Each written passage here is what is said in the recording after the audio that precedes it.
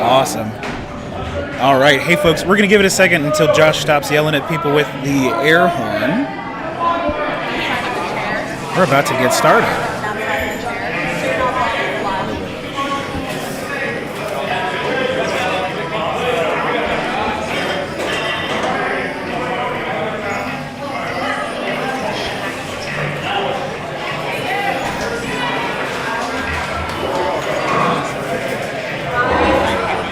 Perfect. Levels sound good. All right.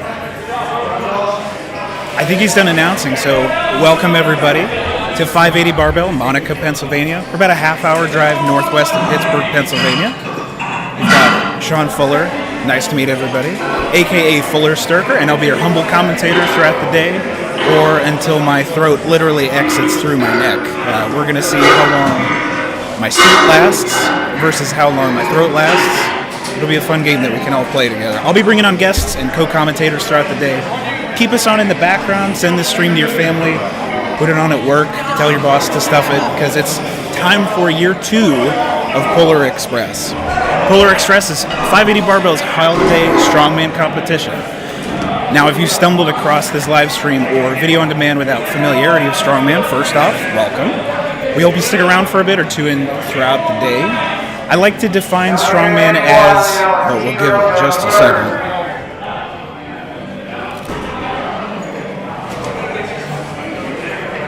We've got a big air horn going on, so I want to be conscious of not talking over it. That sounds okay?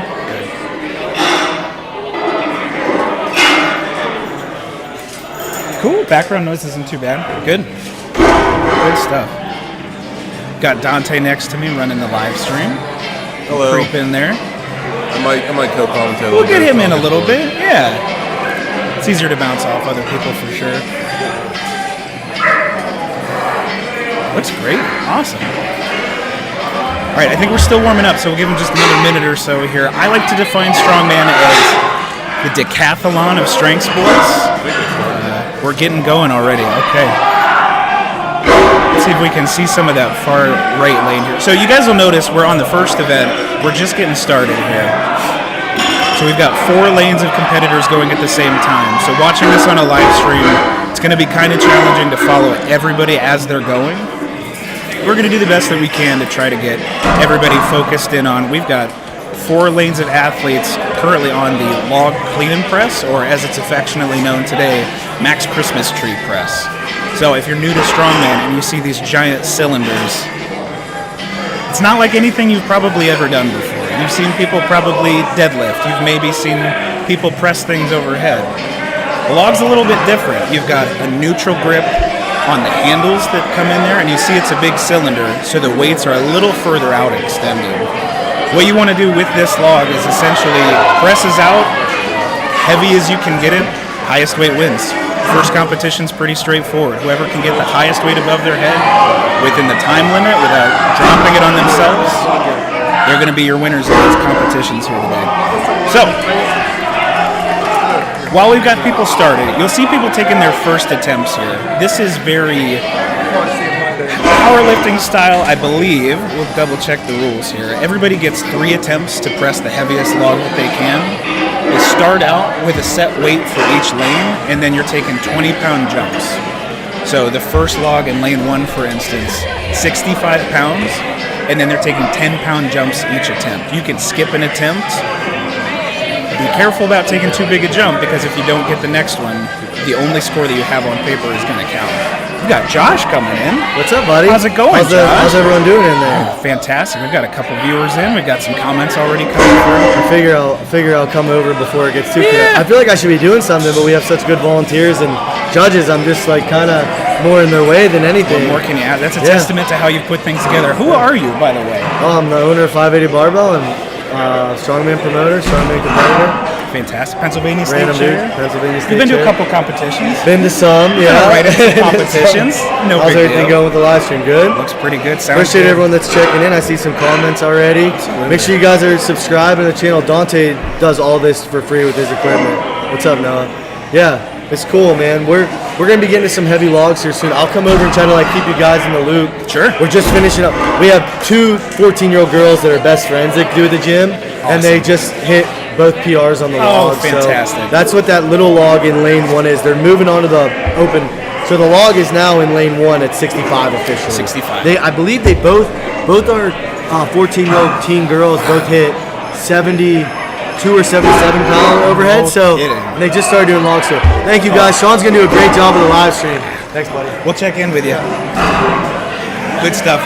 Like you heard, we've got some teenagers competing today. This is a sport that is obviously pretty heavy.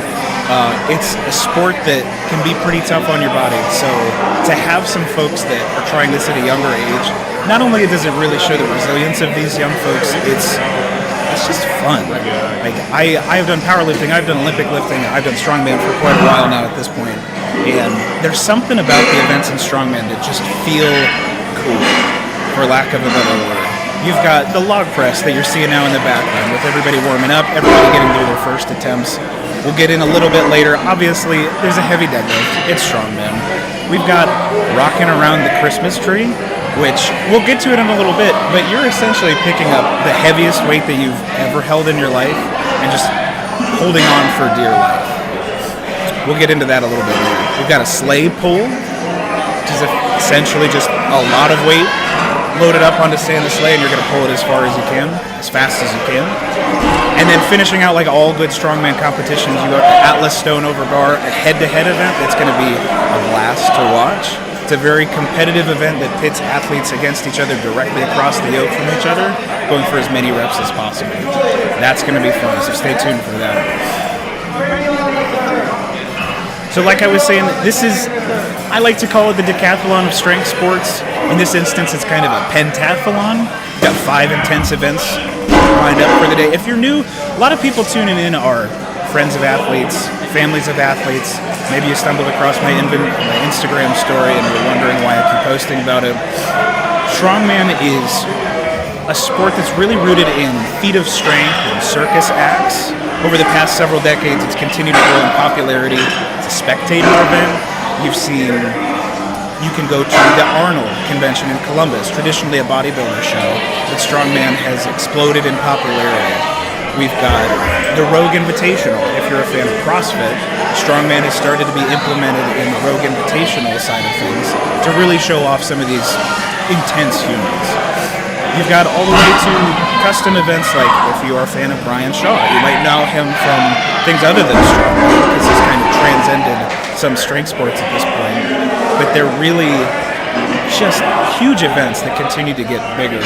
And as you'll see here, they've continued to get bigger, especially in the women's classes, in some teens classes. It's not just the giant 6'6" humans that are competing these days. It's accessible to anybody, no matter what size you are, no matter what lifting background that you've got. It's just a bunch of fun. So cut to today, we've got over 50 competitors gathered here to test themselves in these 5 events. We're going to see some first-time competitors take on these events, and we'll also see some incredibly high-level local strongmen fight for spots at Strongman Corp Nationals, which will happen right here, or regionals, apologies, which will happen right here in this very gym come June. So qualifying spots for regionals up for grabs, qualifying spots for Strongman Corp Nationals up for grabs to the winners of some of these open classes. Strongman Corp, of course, is the sanctioning and governing body for many competitions in the United States. If you're familiar, Strongman Corp Nationals is a path to many athletes to the Arnold Amateur high-level competition set in Columbus, Ohio, not too far from here. The envied Strongman Pro card. Depending on the size of your class at Strongman Corp Nationals, you can, in fact, become a pro strongman, a card-carrying member, start to make a little bit of money off the sport. Very high-level stuff. One of the few ways into the Arnold Pro competition, too. So if you are an open-weight competitor in the Arnold Amateur, you'll go on to the Arnold Pro. Some serious business. I think most people will understand Hafthor Bjornsson or the Mountain in Game of Thrones. Perennial strongman competitor. You've got Brian Shaw. The big names like Eddie Hall. More recently, Martins Lises. You've got a lot of folks that are just mammoths of human beings competing in the open weight divisions here. So, we're getting started here. We're figuring out the angles for the cameras. We're making sure that anybody who has qualifying weights for some national records are accounted for. We've got a lot of weight classes for the Pennsylvania state log records that are up for grabs here. Specifically, the women's heavyweight class does not have a current record set, so we're going to set it, we're going to break it, we're going to break it again most likely. A couple of note, the men's middleweight class. It's only 240 right now. A 240-pound log for the men's middleweight class, which the men themselves weigh 231 pounds. That's a heavy log, but I have a feeling that we're going to see a couple people break that class, break that number rather. Then you get into the 265 class. The 265 class is the one that's after my own heart a little bit because I'm about to try to get into that division if I can stop eating Christmas cookies. There's not a record set for them either, so we're going to set a record. We're going to break it. Probably going to break it again. In the men's heavyweight class, the Pennsylvania state record is 370 pounds. So that's a pretty steep hill to climb compared to some of these other records, but we got some pretty strong boys coming up. So, you hear some applause in the background. Let's get to the lanes and start to see if we can see some recognizable faces. Let's see if we can see some lifts go up. Folks, during the rest of this program, we're going to try to get lane labels up where we can and when we can. Like I said at the top, there are 4 lanes going right now, and they're cycling through athletes real quick. This is a really well-organized show, and it's athlete-focused. You don't want people to be sitting around too long, resting on their feet, resting on their butts. A good athlete experience is moving along, not resting too much. So if we don't get exact calls for every lane, if we don't get every athlete's name called out, we will try our best. As you can see, it's a busy place. I'll just jump in now. This is chaotic. I know a lot of these people, but I also don't know a lot of these people. So trying to manage 4 different people going at once and putting names up. I think for this first event, we are not going to put names up unless like it gets to the final. Maybe someone's going for like a world record. Maybe we'll put the name up. So we'll play it by ear. It's just a little bit chaotic now. So I appreciate you guys putting up with us. We'll do what we can. It's crazy back here. This is the amount of stuff that they've been able to do with this space. If you've been to 580 Barbell, first off, if you're within about an hour from here, why are you not here? First off, spectating is free. Awesome atmosphere. There's Christmas music playing. They've got drinks at the bar. It's a great time. Second, this gym is... There's not enough that you can say about what they've done with the space here. Josh and team have made this basement into one of the best powerlifting gyms, strongman gyms, Olympic lifting gyms. If not the area, definitely the state. I've been to a lot of gyms in Pennsylvania. I'm from Ohio myself. It's hard to beat this atmosphere. It's hard to beat these athletes. If you're in the area, come down to 580. Pretty much the best gym that you're going to get in this area. So let's start talking about log clean and press a little bit. We explained at the top what the movement is. As you can see, it's a heavy cylinder that you pick up and you put over your head. That's about as simple as you can make it. It's one of the most technical movements that you're going to see in strongman. I think a common theme here is going to be, it looks like brute strength. It looks like people are just ripping weights up. The amount of technicality and proficiency that comes along with these lifts, you can spend 10 years doing these events and still not perfect it. The momentum that you use, the angles of your body, it's an intense event, especially to have up first. We're really going to test some of these athletes here. So I'm going to stop talking for just a second so we can let some of these great volunteers reset the weights. I'm going to get the athlete guide pulled up here. Let me know.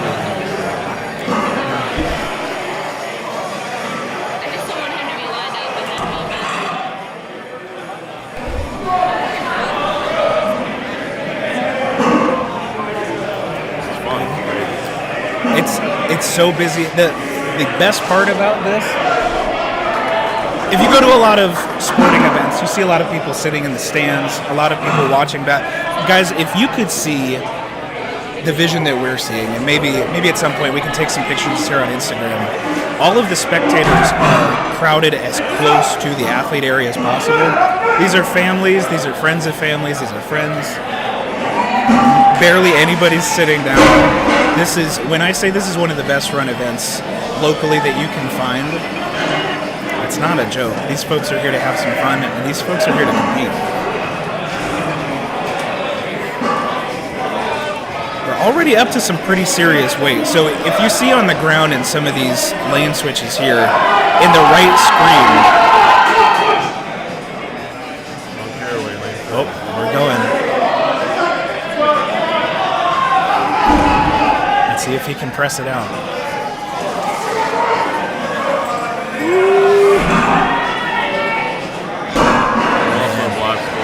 Fantastic.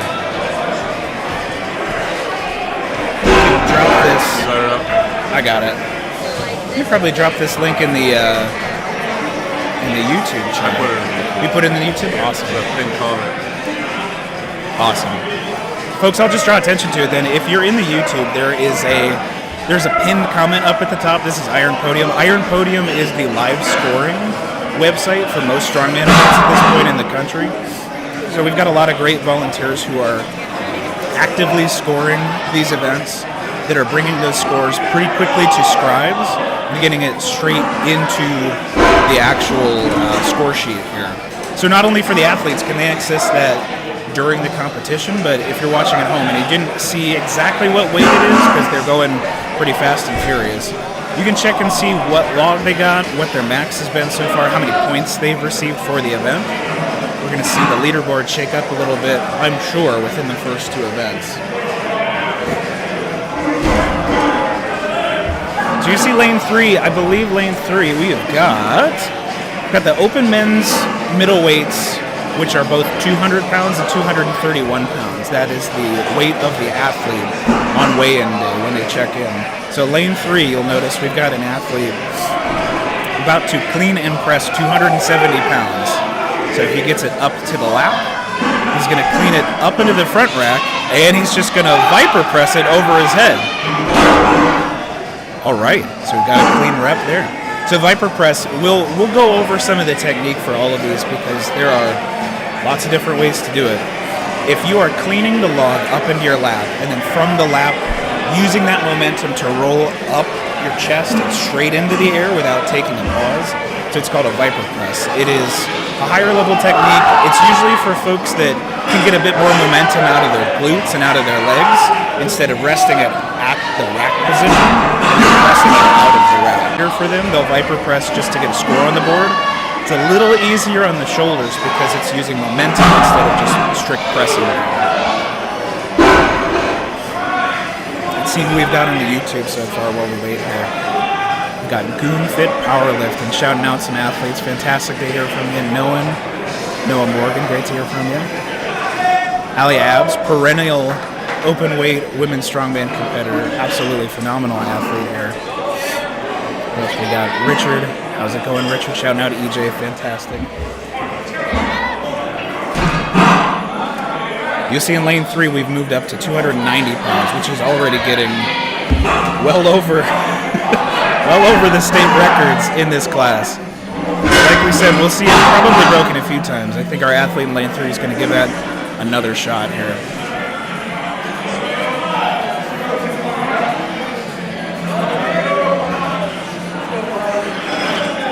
So you essentially deadlift it off the pads, you get it into the lap. You want to pull it close to your body. Now folks, you'll see this is why the log is one of the most technically proficient movements, or technically challenging movements that you'll have in a strongman competition. Take 4 or 5 different movements that you might do in the gym. Now throw them all together in one.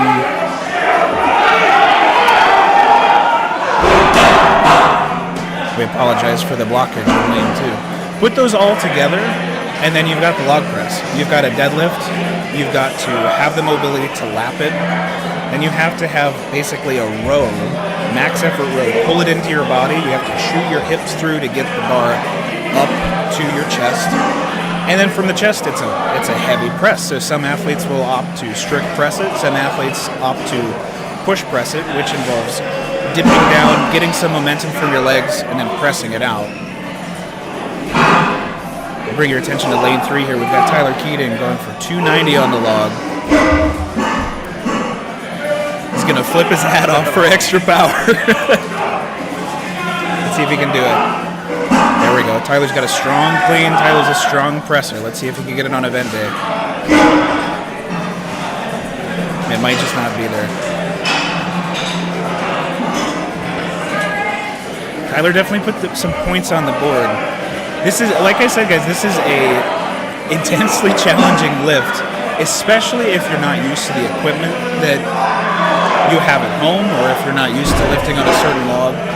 I'm not a person that likes to complain about the different types of equipment, but it can vary with logs based on center of gravity, based on the amount of space in the grip handles that you have, based on the diameter of the grip, based on the smoothness or the knurling of the grip, based on the diameter of the log itself. There's a lot of variables that come into play with it. And if you're not ready for any of those variables, it can really test you. We got some weight changes for the first 2 lanes here. We've got, I believe, another.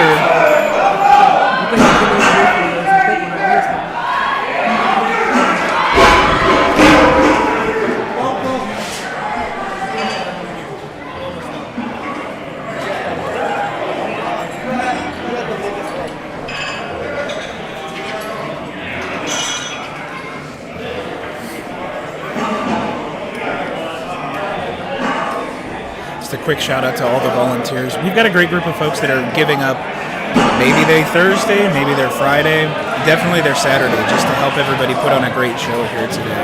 It's a lot of work. If you think competing in one of these strongman competitions is tough, you're right. Volunteering at a strongman competition is hard work. You've got folks resetting all of these weights, they're changing out the events. It's pretty tough on your body too. Seen a lot of hullabaloo from lane 3s and 4s. So lane 3, we've got our middleweight men. Lane 4, we've got our heavyweight men. We'll be a little bit further angle on that right side. And maybe we can get a report live of what weight we're up to there. Can't quite see it from there, but boy, does it look heavy.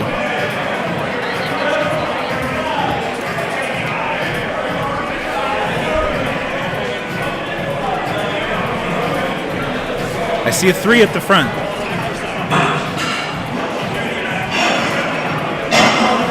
You see a very impressive tricep in lane 1 and lane 2. Dante's going to go run and illustrate where all the angles are for folks.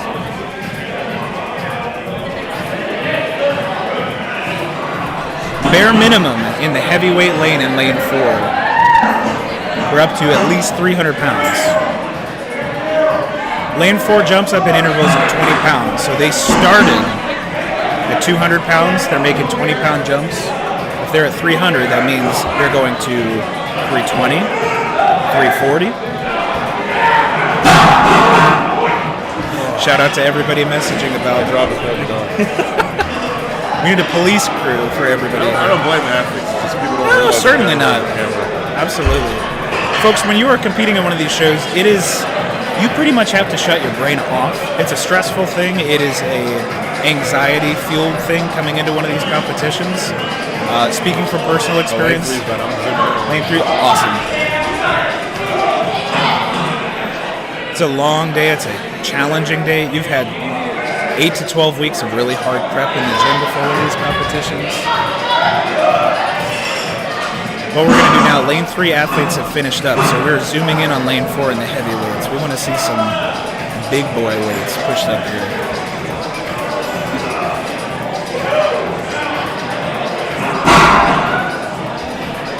Shout out to Alicia watching from home, knowing where the priorities are in the first 2 lanes.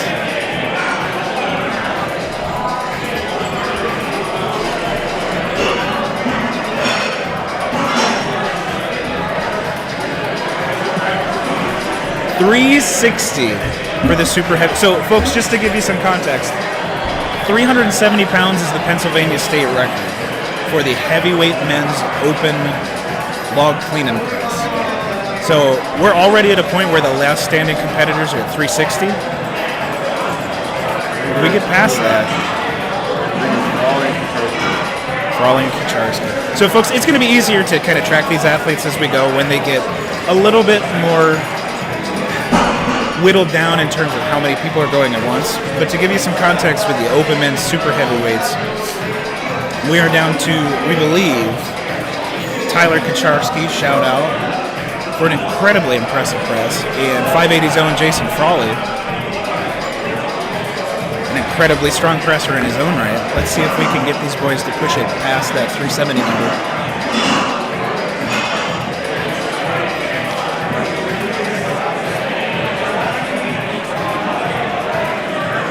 We had some questions, why are there not bumpers on the logs? So if you're familiar with weightlifting, you're familiar with CrossFit, they have rubber bumper plates, which are commonly used for overhead pressing, for different events that are dropped often. So the reason that we don't like to use bumpers on these logs, the diameter of the bumper plate is a little bit bigger than the log itself. What that means is if you drop it from the chest, if you drop it from the ceiling, that's going to put a lot of pressure on the solder points that have those end weight. The nubbins is the technical term.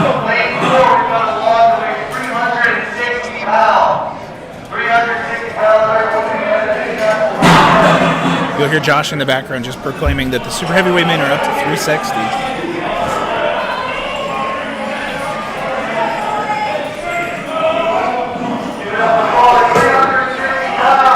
360. Let's see what Frawley can do. Easy clean to the chest, a little bit hard on the finish there. Let's see if he can settle it down. You want to be composed through the press. And he locks it out. 360 from Jason Frawley. No big deal. Walks it off. That's the hype that we like to see. Because it's 20-pound jumps. Jeez. So 380 would be 380 would be the next one. Kacharski's still in? Awesome. So folks, if we see the next lifter in lane 4 press this out, he's got to match Jason Frawley's 360-pound log and press. If he matches that, the athletes will have the option to take another weight. I don't know if this is their second or third attempt. They could tie for the event.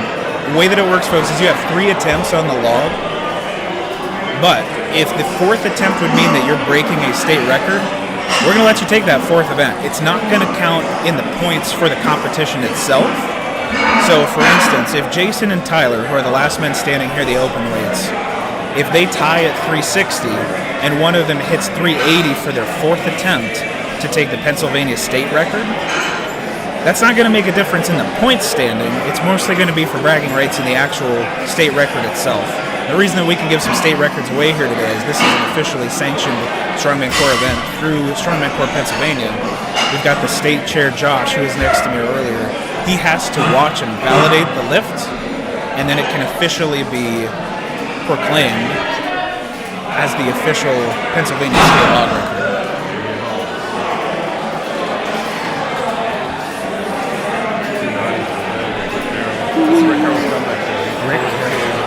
Or his Achilles at the arm. Oh my goodness. So folks, I'll bring your attention to the now shut down lane 3. We've got some scores coming in for the open middleweight men's, which is the 231 and under class.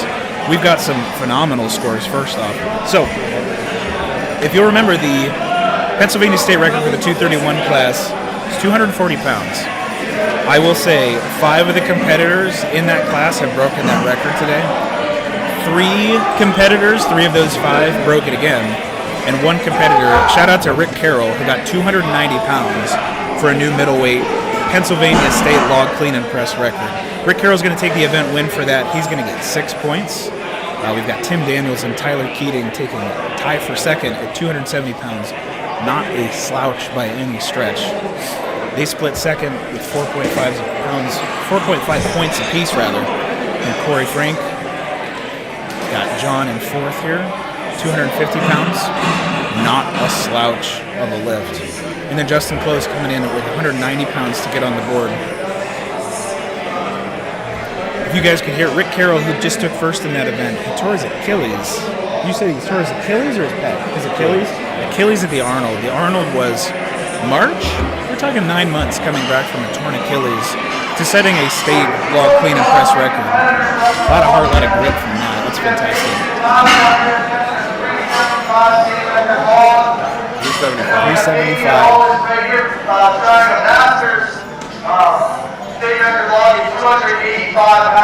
My goodness.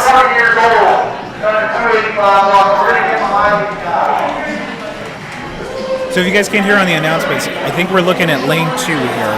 Lane 2 is Daniel. Phenomenal.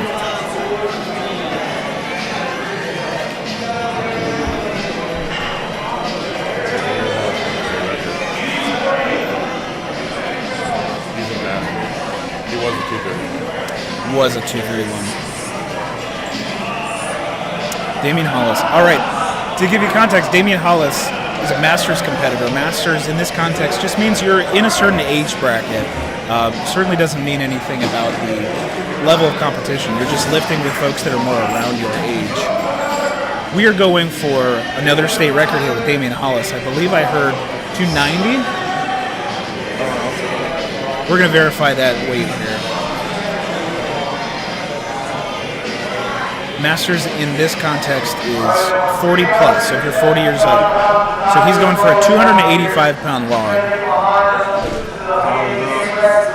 We're going to start taking these one at a time because we're getting to some heavy pressing here. Lane 4, you'll see Tyler Kacharski getting ready to press 375 pounds.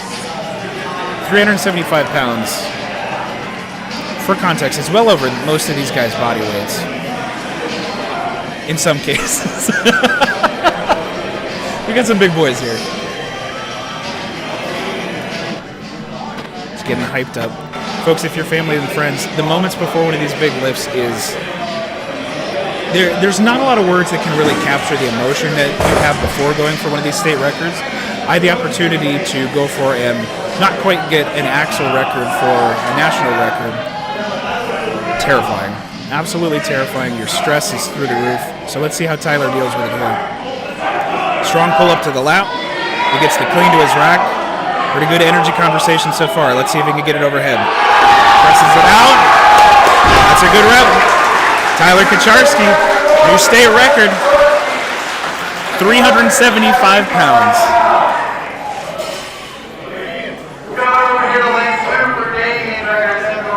All right. Now that we're getting a little closer to it, Damian Hollis in lane 2. He is our aforementioned Masters competitor. We'll make sure these folks' heads don't get in the way of this lift. Damian is over 40. We won't specify how much, but he is ripping through this log already. So he's got it to the rack. If he can finish it out, he can just press it overhead. He's got some time.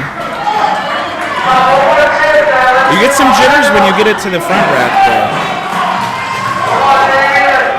So he gets it, cleans it up to the front rack pretty easily. Valiant effort. It's heavy weight. That is a lot of weight for that class. Absolutely no shame in that. Got a shout out from Jessica Fuller. Why do I know that name?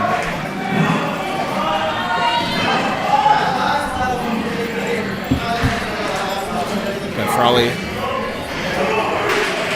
Seeing if he can match 375.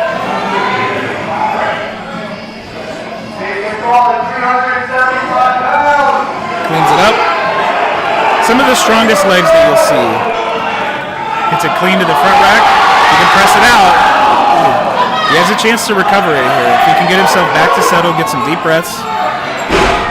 Might just not be there today. That's a ton of weight, folks, to sit on your chest for that long. That's very close. We got a winner in that open weight division here. Jason Frawley came up just a little bit short. Certainly nothing to sneeze at. Here, we'll go to the combos real quick. Yeah. So we've got Tyler Kacharski taking the Pennsylvania state record and I believe the event win. And we have cruised through the logs, folks. Like I said, we started half an hour ago. We're event in. Moving quick. If you're an athlete, most of the time you don't want to be sitting around too long. So the event that we're headed to next is the Trump Bar deadlift. When I say Trump Bar, it's affectionately known today as the Naughty or Nice deadlift. What's going to happen is there are 2 deadlift bars that we're setting up in these lanes here. One bar is going to be a little bit lighter, one bar is going to be a little bit heavier. very standard deadlift, pulling it from the floor. If you pull the heavier deadlift bar for 1 rep, that's going to count more than if you pulled 10 reps on the lighter bar. So that's why we call it a trump weight. 1 rep on the heavy bar beats any amount on the light bar. So you can take your chances and try to get a lot of reps for points with a light bar, or you can go for the heavy one. One of those is going to put you in pretty good position. And these are not light weights either.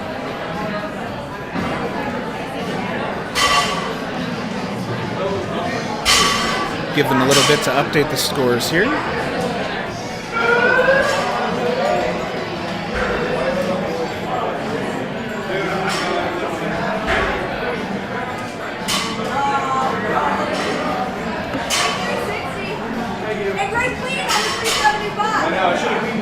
Let's go through some of these updates. Folks, if you're in the YouTube, the pinned link at the top of the chat is going to be the Iron Podium score sheet. This is going to be your best way to keep an eye on who's doing what the performances are looking like so far. They're going to get updated as quickly as possible with the scribes and volunteers here. Let's go through some of these updates. We've got, no problem, Craig, as soon as those come in. It's lane 1, 2, 3. Yeah. Then we had 1, to bump 2, 3. down. I didn't, because the weight shirt you needed was down there. How are we doing here? We live? Fantastic. Josh, what have we seen so far? We saw some records broken, didn't we? Frawley, I love him to death, but he missed that log by the freaking skin of his teeth. Yep. That was the closest I've ever seen him miss That a was log. really I thought he had it. I That thought was him the and best Kacharski would have That shared. was the best clean he had all Best time. clean. It was phenomenal. I was making fun of him back there. I told him he wasn't even going to clean 375, and he smoked the He clean. looked great. He got some air on the clean, too. I could not believe how close he was to miss, but shout out to Tyler Kacharski. He just hit the 375 PA state record, which got broken. The record has been long-standing, and then it got broken this summer at PA Strongest, and then Kacharski just broke it, 375. So props to him, man. It won't count for the show, but his 360 attempt will count. Perfect. But yeah, now we're going to go to 3 lanes for deadlift. That was impressive on the log. We saw, what did we hit? We had our teen girls hit 72-pound logs. We had guys almost at 400 pounds. We saw a Masters hit 275, just smoke it. So that was a really, really good one. So we're moving on deadlifts. We're going to see a ton of reps at some really, these are heavy deadlifts. These are heavy. The super heavyweights are doing 675 for reps on a stiff bar too. Remember, stiff bar, if you don't know, is a lot harder than a deadlift bar that you typically see. They don't get any flex in the barbell, so, and they're just thin iron plates, so it's gonna be tight. Yeah. So yeah, we'll see everyone. Thank you guys all for tuning in. I'm sure these guys are doing a great job. So far, so good. Thanks, Josh. So he was talking about the stiff bar deadlifts. I don't know if I've deadlifted enough, or maybe on varied enough bars. Not a deadlifting slouch by any stretch, but certainly not to the level of some of these folks. The amount of flex, or the amount of what they'll call tensile strength in the bar, can make a lot of difference in the mechanics of your pull. So you'll see some of these folks, if you've tuned into other live streams for other Strongman events, if you see some of these bars bending based on the weight that's on there, that not necessarily dictates how much weight is on the bar, but it dictates the tensile strength and the flex that's in that bar itself. If it's a super whippy, if it's a super flexible bar, that has a tendency to pull up in the middle before the plates break contact with the ground. So what you're going to find from that is it increases kind of the load point based on the kind of deadlifter you are. That could be a good thing. That could be a pretty challenging thing. I personally prefer an axle deadlift, which I think puts me in the minority, but if you've ever seen an axle, that is a fixed bar. That is a bar that will not flex. So you know what you're getting from the bottom to the very top of the deadlift there. Got our athletes, you probably hear the clanging and banging in the background. The athletes are warming up on the deadlift as we speak. And what we're going to go do is shrink it down to 3 lanes. Let's cut it in like a few seconds. Edit everything behind the scenes. Sounds good. So close out whenever you can. Sounds good. Folks, we're going to switch off some of these cameras real quick to adjust for the next event that we're going through. Just to give a quick glimpse at some of the scores, some of the standouts here. In the novice women's class, which when we talk about novice, that just means that it's not as eligible for some of these qualifying events. If it's a novice, it means it's usually your first or second show you're getting a feel for Strongman. We've got Amanda Toback, shout out, first place with a log of 135 pounds. For the women's novice division, that is no joke. Shay quickly behind her with 125 pounds. and Melanie with 105 pounds. That's some heavy logs top to bottom here. Let's see if we've got some more standout scores. Novice men's with Cameron Shepard, 235 pounds. That is an impressive feat. 200-pound men's middleweights. Those are pretty tightly contested. A couple of 270-pound, 250-pound logs. We talked about Rick Carroll with a 290-pound log. The 265 class, which we didn't get a chance to zoom in on too much, but we've got a 300-pound log from the Ethan Sanders. I don't know if that's an event PR or not, but that is a heavy, impressive log. We talked about the men's super heavyweight. We've covered the masters. Folks, I think we're going to take a break here to switch the cameras out a little bit. I'm going to get a drink. Dante's going to adjust some things behind the scenes. We'll catch back up with you in a minute. Good. Let's do it.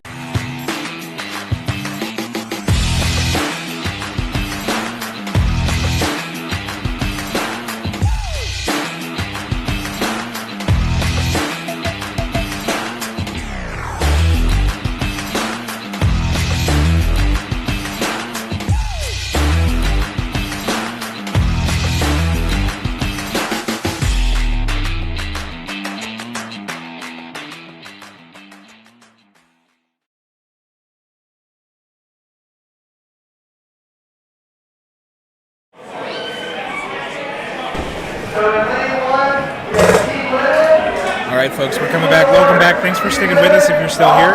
We have got Josh explaining things, so I won't talk over him too much. Just about wrapped with the deadlift warm-ups.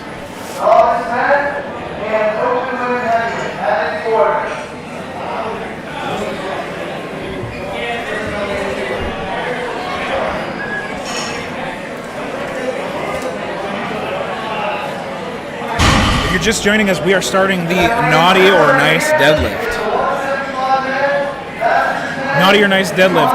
Competitors will have 2 bars, Texas power bars for those interested, to choose from in front of them, a lighter and a heavier option. Any amount of reps on the heavier bar beats any amount of reps on the lighter bar. The bars are stiff bars, not deadlift bars. Competitors have to wait for an up and a down call. No touch and go reps will be called. If you don't know what a touch and go reps is, it's basically when you pull it, you drop it, you pull it, you drop it. You don't stop the momentum of the bar. You just keep competitive, repetitive set of deadlifts going. We want every single one of these to be counted, so athletes have to wait for the command to pull it and to release it. Athletes are going to start behind the mats, behind the barbell. They're going to start behind the lighter barbell. Lighter barbell is going to be roughly 5 feet behind the heavier barbell.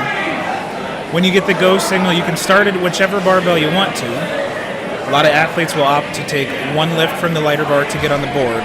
Then they'll go to the heavier bar to try and see if they can get a rep. As a reminder, any reps on the heavier bar are going to beat any amount of reps for the lighter bar.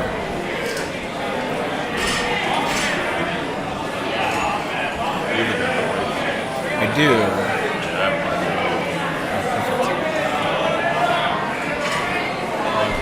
These are some heavy deadlifts, folks. You're going to see in lane 2 here,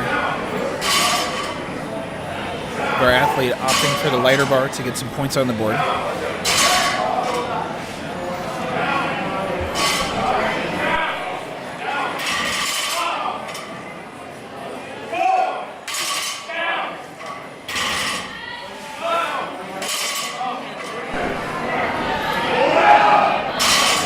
We've got our team competitor in lane 1 with 135 pounds.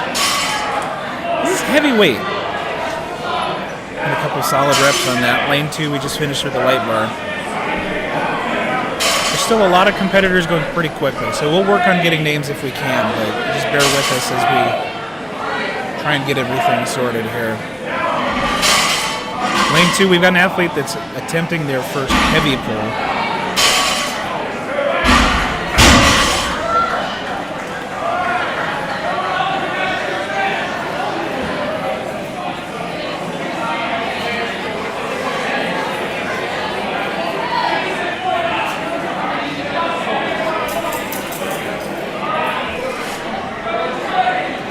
Something that we don't talk about with Strongman, if you haven't watched it before, this is a game of chess. It sounds a little silly to say that this is a pretty brainy, heady sport, but think about the tactics that some people have to take advantage of in this. If you are one of the heavier competitors and you're fighting for first place, you kind of have to think a little bit about what your competitors are going to be able to do. And if you're coming later in the event, you can judge your intensity based on what's gone before you so far. So a little bit of chess going on here. Lane 2. I see an athlete pulling as much as they can on the lighter bar here. Lane 3, we can kind of see it in the edge of the frame here. We had somebody go for the heavier bar. If you're not used to people using straps on deadlifts, for those viewers at home, straps are something that are allowed in strongman competitions. If you're familiar with powerlifting, that is a grip-only event. You're not allowed to use straps in powerlifting. Strongman, we want to see heavy weight picked up. So using straps are kind of a grip aid. That makes the limitation your legs, your core, your back, your body, not your grip itself. We're going to try to get some better angles for you guys.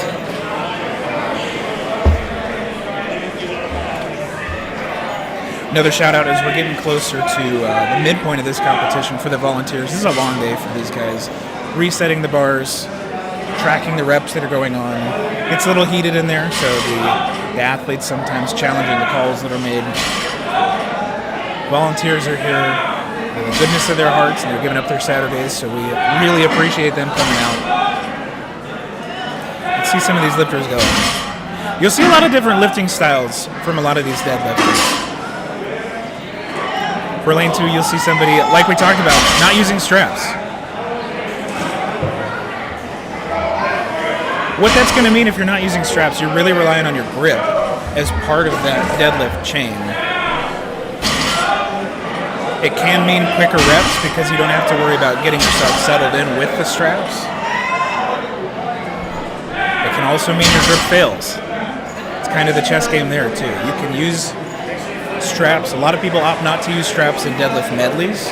So we saw with the official Strongman games not a couple weeks ago, a multi-bar deadlift medley. If you're able to mixed grip, which means you have one hand overhand, you have one hand underhand to create that tension in the bar. If you're able to pull with just that grip, you get through your deadlifts a lot faster than if you have to get down to the bar, strap up, get yourself kind of situated. It's really a judgment call based on the athlete and what you can do.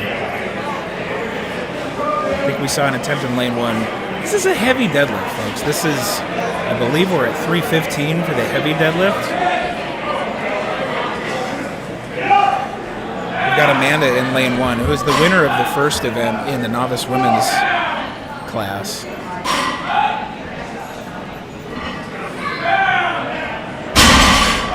On the other side in lane 2 here, we've got Eric Von Hock picking the heavier deadlift for a couple reps, taking a breather, calling it. I'll reset the bars a little bit.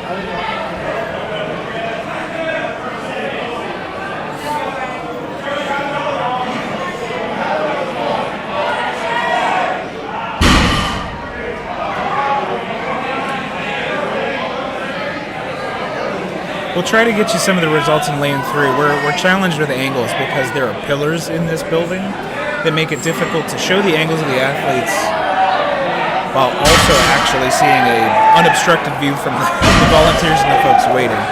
So we'll see if we can get some of those reports for you guys. Now lane 2, you'll see somebody strapping in with the heavier deadlift pull here. A strong pull. Woo! Flying through these reps.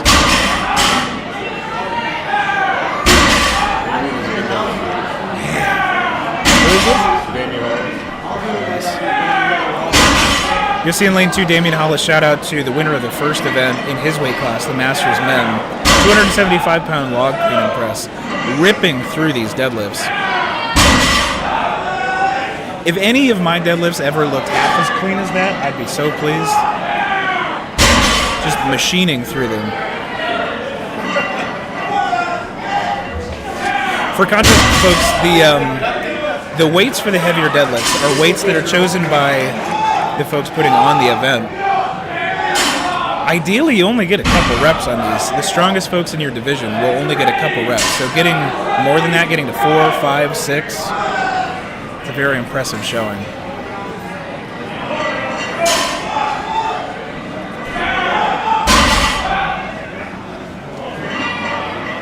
We get another mixed grip deadlifter in lane 2. I believe we're still in the Masters men's division there. I believe this is Gary Thomas, if the ordering is correct. Gary's calling it. He got a couple. He got a couple reps in.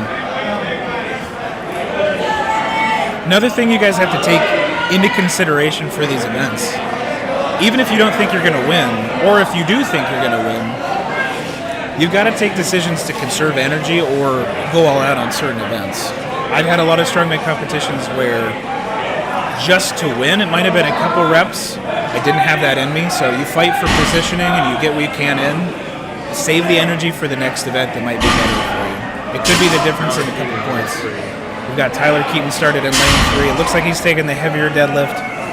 Tyler, a strong, ferocious deadlifter. It looks like he's getting a couple good reps in so far. And folks, we'll turn your attention to lane 1, 2. We have another Masters competitor. I told you the Masters men traditionally is about 40 plus. Lenny here is in the Masters 70 plus division. So intense showing. Continuing to prove that age is just a number. He's got more time, he's going to keep ripping it. Let's go.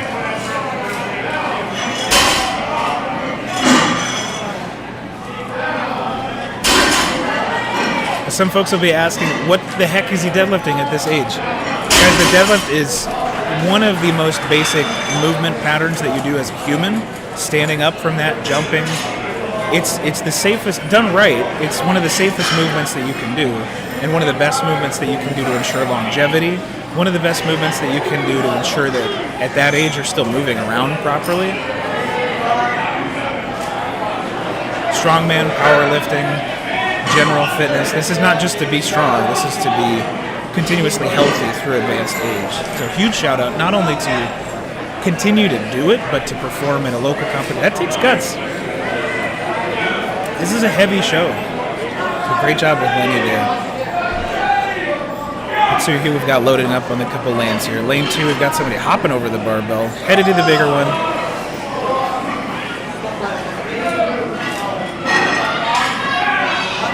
Just the strain on his face. That's a heavy pull. Getting the second rep in. Lane 1, I believe we've got Julia Penrod representing the Masters women division here.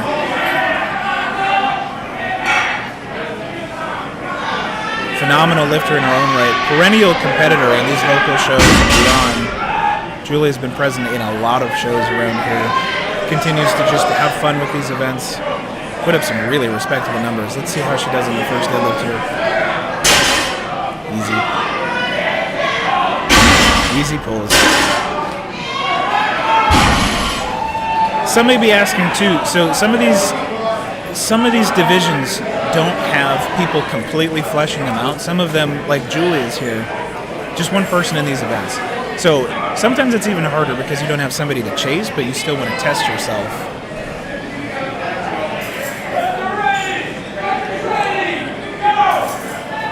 I know for a lot of folks, this is just to see what you've kind of put together in the last 8 to 12 weeks of prep. So if you're doing it with just one competitor in the class, impressive showing. Let's see if she can get this heavier bar. Broke it off the ground, might just not be here today. That's all right. That is a heavy, heavy bar. I believe that heavy bar for Julia is 335 pounds. That is an intense amount of weight. If I remember correctly, we've got Ziad Akel in lane 2 in the open men's middleweight, the 200 class. Looks like some of these deadlifts. This stiff bar is pretty brutal.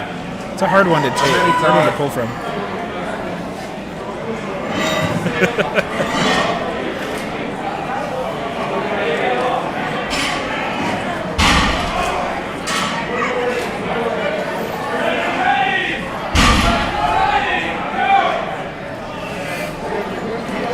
see if my notes are correct. We got James Ryan next in his lane 2 here. Let's see if we can get a pull on him from the heavier bar. Takes a bit of a wider grip, wider stance. Woo! Squeaks it out. Fantastic. John Caraway in lane 2? It's my mistake, folks. John Caraway in lane 2. The wider stance, longer pull, finishing it out.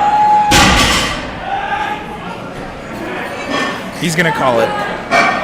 Not bad. Like we said, if you get 1 rep on the heavier bar, that beats 10, 20 reps on the lighter bar. So if you can get a couple.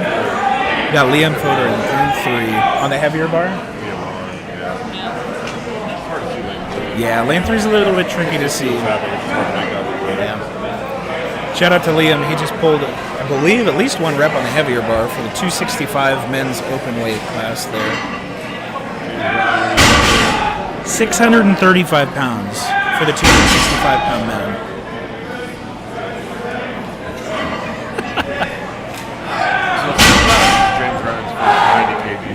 No kidding.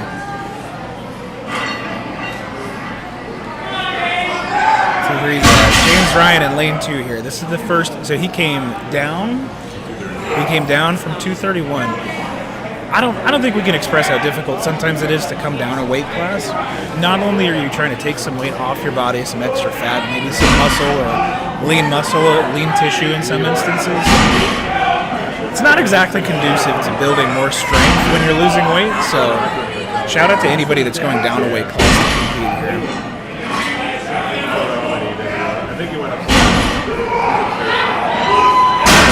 Strong pull out of lane 2.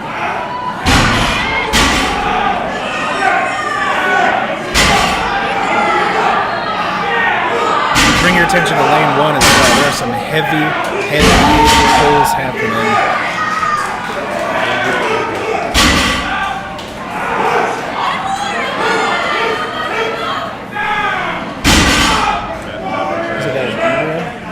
My goodness. Lane 1.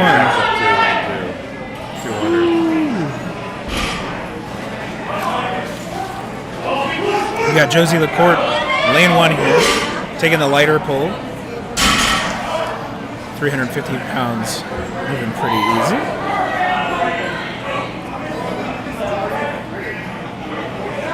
Let's see if she's got some more in the tank.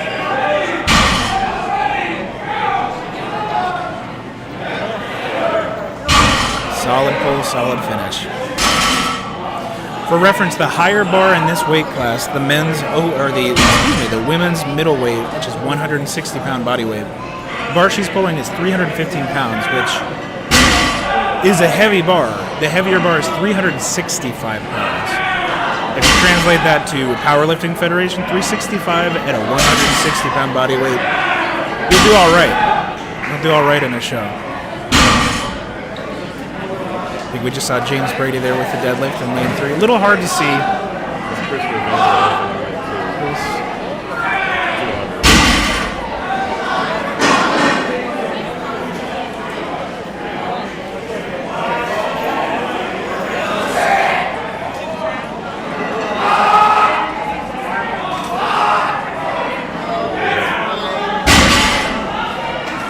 My goodness.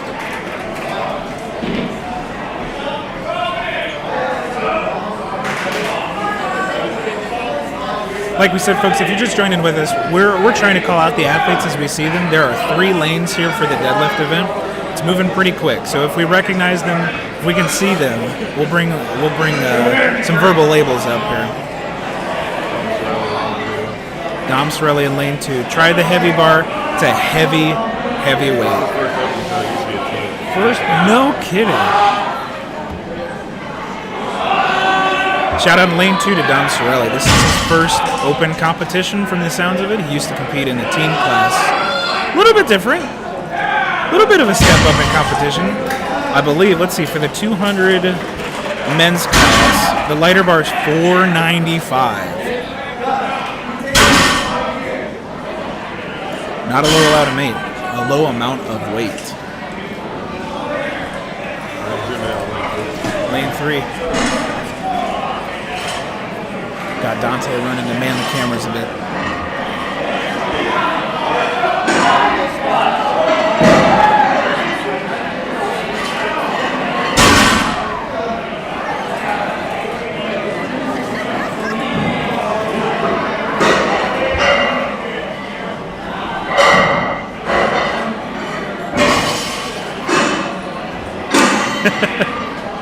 Got a comment on the YouTube chat. Please stop blocking camera layout. We will try. It is a cramped location in here. The volunteers are doing what they can to make sure athletes, volunteers are cleared from the camera.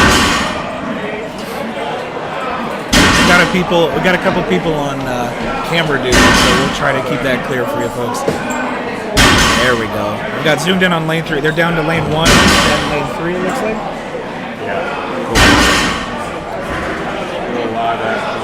There we go. We're doing it live. We're down to 2 lanes. We've got lane 1 and lane 3. I believe we've got lane 3. Oh, this means we got to invest in another camera for this. It never stops. More cameras. Lane 3. I want to say this is, let's see, if that's 675. These are the open men's super heavyweights.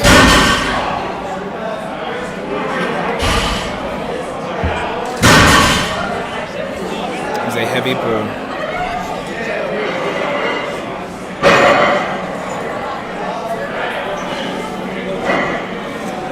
And then lane 1, if the light bar is 315,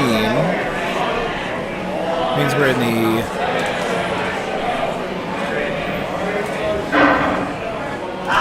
315 and 365 are used for a couple different events here.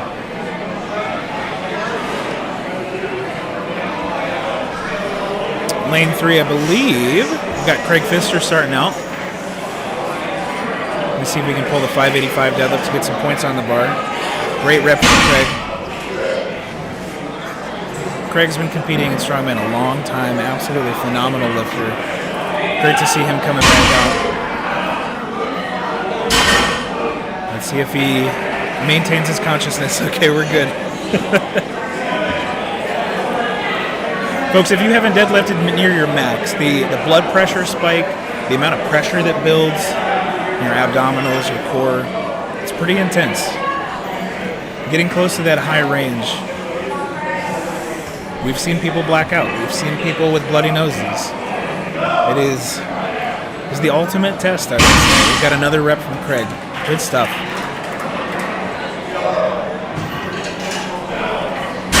Lane 1, I want to say we're up to 405 on that bar. It looks like we've got 4 plates. That would say we are working with the teens and the novice men. We'll try to get some names for you as we start to recognize them. We're going to do a real quick cut so we can change camera. Perfect.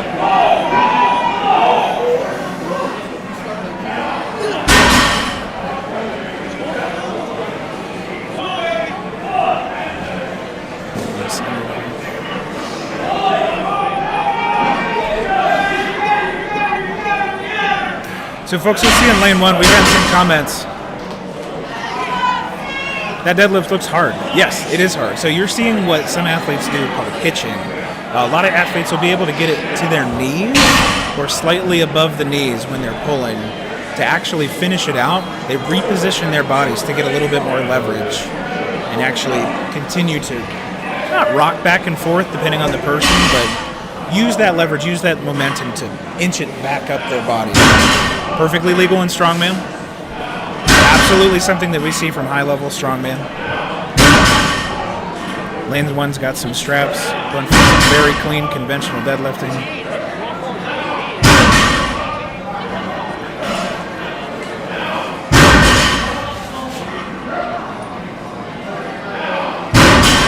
Just some good-looking pulls.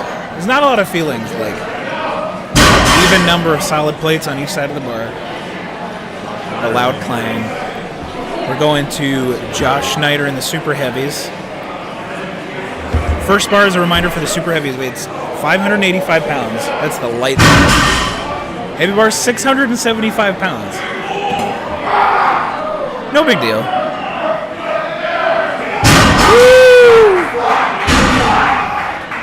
Getting some hype out of lane 1. A lot of hype out of lane 1. Let's see if Josh has another pull in him. 675 is going to do a lot to get on the board here. Josh sitting in a tie for third with a 300-pound log and press. Solid start. Just finishing that pull. That's a lot of weight, especially if you start to shake it all during a deadlift. That starts to pull your body in different directions. It can be really difficult to finish the pull. So huge shout out for getting that first pull. 675 is a ton of weight.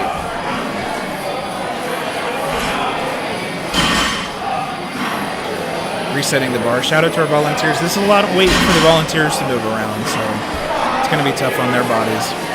2 more super heavyweight. I think we've got Tyler. Tyler started in lane 3. We're not reseeding until Perfect. You guys overheard that. So a lot of strongman competitions, after each event, people will get reordered based on their performance. So if you're in first place, you go last in the next event. The reason that's beneficial is you get to see what's been done before you. So you want to win the event to get reseeded, essentially, in each event. We're not doing that until the last event here. So we're keeping the same order throughout the entire competition as the signups. That's why we got Tyler here. Tyler has started his pulls. I think we saw at least one good pull. I might have looked to the other screen.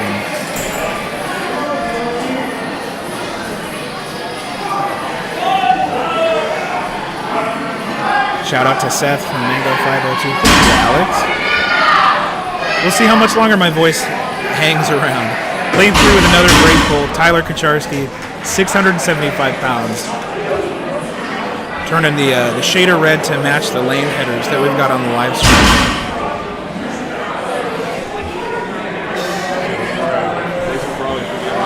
Got Jason Frawley.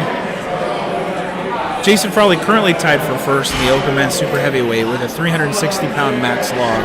You'll remember if you were here with the max log originally, Tyler Kucharski put up a 375-pound log, but it was his 4th event. Apologies, folks. We've got Dylan Schmidt coming up on the open super heavyweight. The reseeds after each one. Dylan is a heck of a deadlifter in his own right. Let's see what he can pull here. Great starting position, great form. Looks like a pretty smooth 675. Let's see how many he can get here. Solid. Solid pull. As long as you don't get this one. See if he's got one. So you see a lot. It says a lot about the deadlifter if you've got a consistent velocity during the extent of the deadlift. So that means that the bar speed doesn't slow down at any point, even if it's slower but consistent. That means they're pretty equivalent in terms of their strength. Got a couple good reps from Dylan here. That's going to be big for the scores. We've got a dog joining us. Now we've got Jason Frawley coming up in the open heads heavyweight. In the women's side of things, I want to draw attention. We've got open women's heavyweight. I believe we've got Jessica up. Jessica making 335 look pretty easy. Getting points on the board and calling it. That's a game of chess we're talking about. Let's see, Frawley's pulling his first rep. There we go. Just effortless. Look at that pull. How many did Kucharski? I did not see. I think 1 or 2. See if we can lock that out. So you see a little bit of hitching from Frawley here. That's what's going to happen in some of these competitions because each part of your body is just drained at a different amount. So your back may be fresh, but your legs are fried. That means your deadlift dynamics are going to be a little bit different. Let's see if we can get another couple points on the board here. Good start. Getting it to the knees. You see the bar go back and forward a bit. That's going to create some momentum, making the pull harder. But if you can stay with it and get that rib up. Jason Frawley with a couple solid pulls. Let's go to lane 1 where we're moving a little bit backwards with the deadlift. Let's see if she can lock this out. Holy cow! Wow! Wow. I believe that was Anne-Marie. Anne-Marie out of lane 1?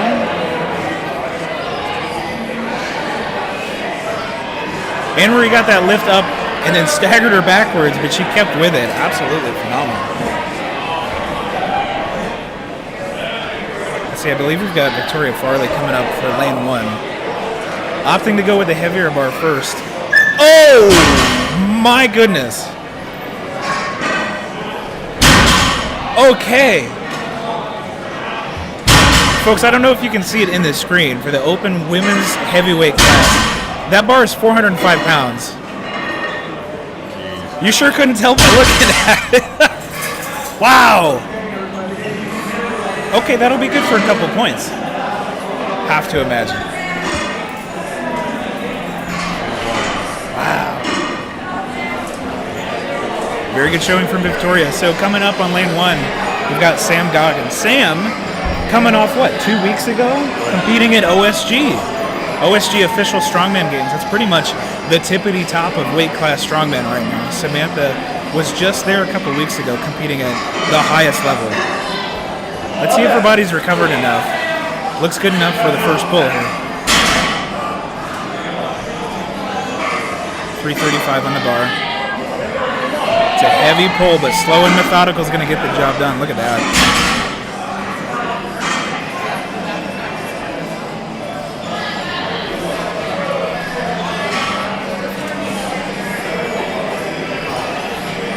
Good stuff. Good showing from Sam. That's going to put some points on the board.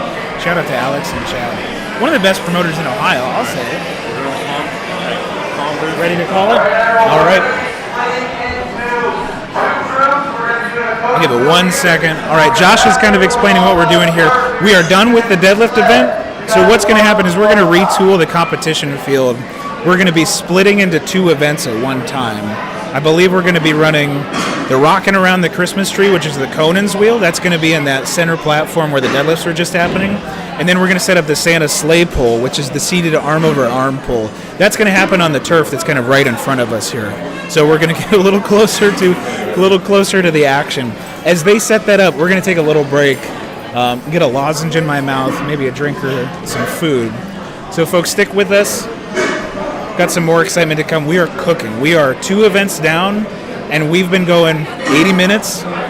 If you've watched Strongman events before, this is the pinnacle of well run.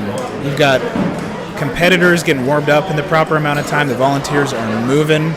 They're determined to get this done at a good pace. So stick with us. We're going to take a break. The athletes are going to take a little bit of a break. I think we'll cut to commercial. Let's do it.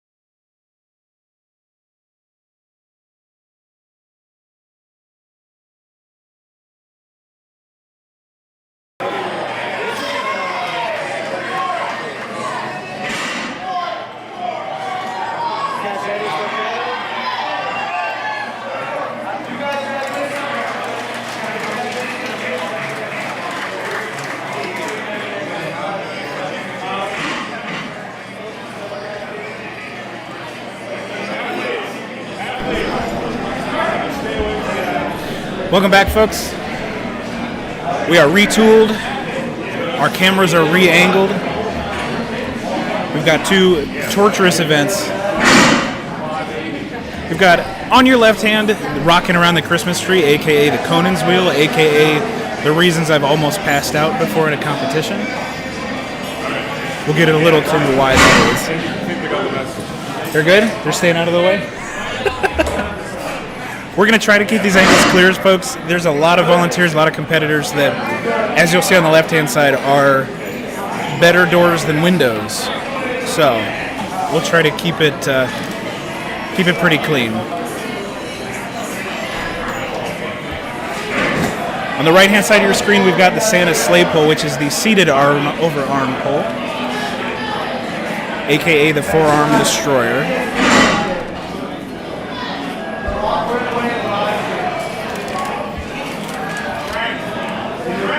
I believe we're working with the teens right now in the seated arm-over-arm pull, the Santa slate pull. If you're just joining us, welcome back. This is 580 Barbell's second annual Polar Express 2, aptly named. We're here in beautiful Monaco, Pennsylvania, a little bit north of Pittsburgh. It's been a great day so far. We're 2 events down, 3 events to go. And the way that we're splitting this up, Josh and the rest of the organizers have 2 events running concurrently. So you'll see on the left-hand side of your screen the Conan's wheel, the rocking around the Christmas tree. On the right-hand side of your screen, you've got the seated arm-over-arm pull, the Santa sleigh pull. We've got 2 waves of athletes. So what that means is we've got wave A. It's going to start on the sleigh pull. We'll transition to the Conan's wheel after the waves have both concluded. Likewise, in the left-hand side, we've got wave B, which is going to start in the Conan's wheel. They'll transition to the sleigh pull after the fact. If you're keeping track at home, on the sled to start with in terms of the weight classes, we've got the teens division starting on the sleds. Following them, we've got the novice women's class, the masters women's, the 160 women's, super heavyweight women, and we get into our master 70 plus, Big Lenny, and our novice men's class. So top to bottom, teen, novice women's, women's masters, women's 160, women's super heavyweight, Lenny, and then our novice men. That's the starting points on the sleds. You'll see some of these teens headed into the novice women starting now. If we had a better angle, we try to get some faces, and we'll try to call them out as we recognize them, but this is a fast-moving event, so we'll try to get labels as we can. Starting in the Conan's event, we've got the men's lightweight division, we've got the masters men's, the open 200 men's, the 231 men's, the 265 men's, finishing with the super heavyweights. So what's going to happen is on both of these implements, we're going to go through all of those weight classes I just mentioned, then we'll switch. It's going to go pretty fast and pretty furious, so we're hoping to give them a little bit of chance to break between these 2 events, but we're moving heading towards the Snowball fight, the Atlas Stone over bar. So I believe in the Conan's wheel side of things, we're still warming up, we're still testing. I'll get into why Conan's wheel is miserable and demanding here in a second.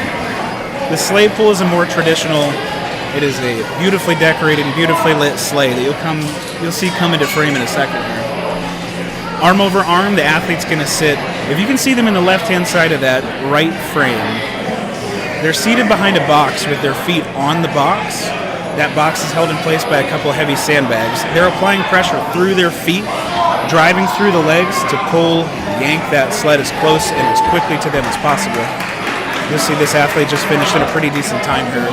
They're trying to finish as quickly as possible, and some of the heavier weights, they're just trying to finish. Oh, thank you, and yes. For those watching for a long time, I did go through a costume change. It's toasty, and it was only a matter of time until that jacket snapped open. So we played it safe. Took part of the break to get a little bit of bicep and tricep work. Gotta know my angles, gotta know the lights.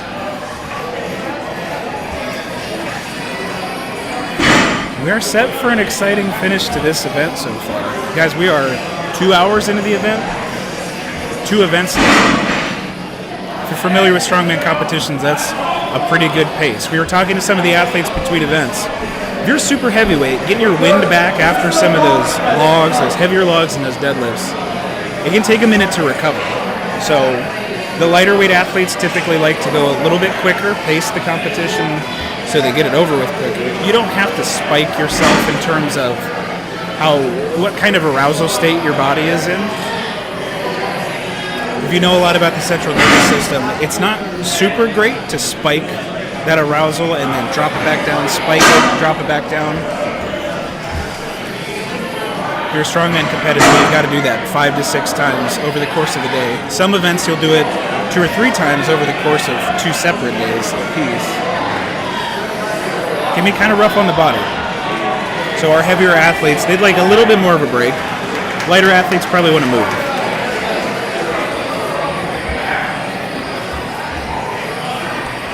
I'm pretty sure 50 more people showed up to spectate since we started this. It's getting pretty packed in here. It's starting to get toasty. If you're a competitor, you're already probably running hot. In an event like this, there's not a ton of room, frankly. And since we're in the basement down here, there's not a ton of moving air. We're doing what we can with fans. But keeping your body temperature regulated and keeping that state of arousal down between events is going to be the key for some of these heavier athletes. I want to shout out the crew one more time that's helping with these events. Resetting these events is basically like doing the event itself, but 40 times, 50 times. So shout out to the volunteers that are giving their Saturdays up to us. Who do we got? Josh Reed on the lightweight men is on the Conan's wheel now? Perfect.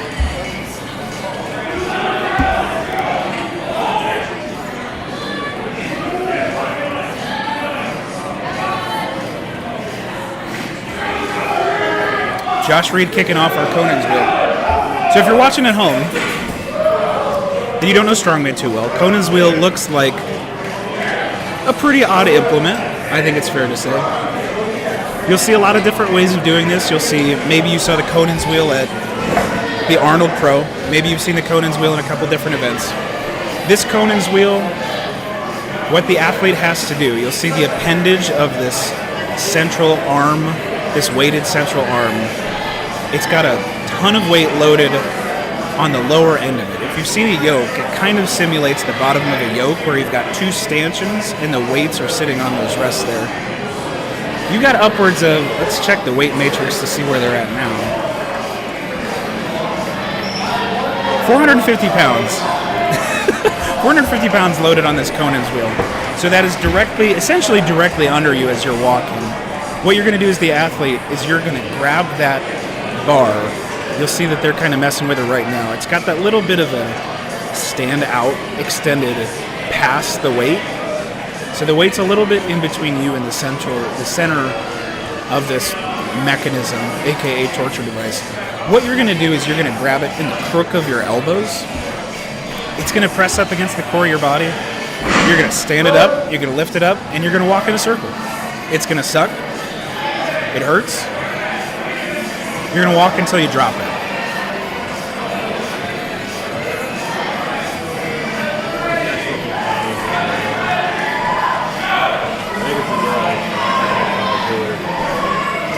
The women, I want to say we're on to the novice.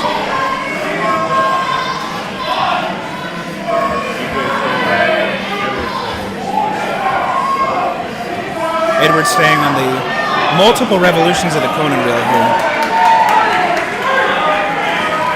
So you're looking at this implement. I won't describe it in too much gruesome detail because it's painful. It's resting basically on the diaphragm of your body, which as an athlete, breath control is one of the most important things that you have to build tension. What makes that very difficult is essentially 400 plus pounds resting on that diaphragm.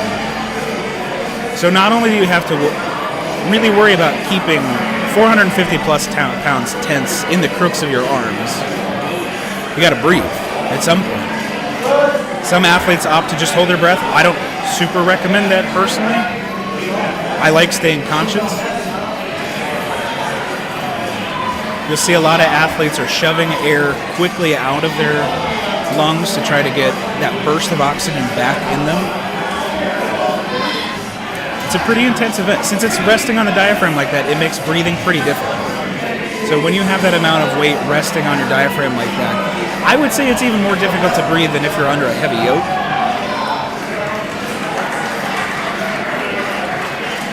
What's going to happen is when you've got all that pressure on your lungs, even taking a little bit of a breath in is laborious. So what you'll see people do is quickly push all the air out of your lungs, and let's see if we see this from the competitor.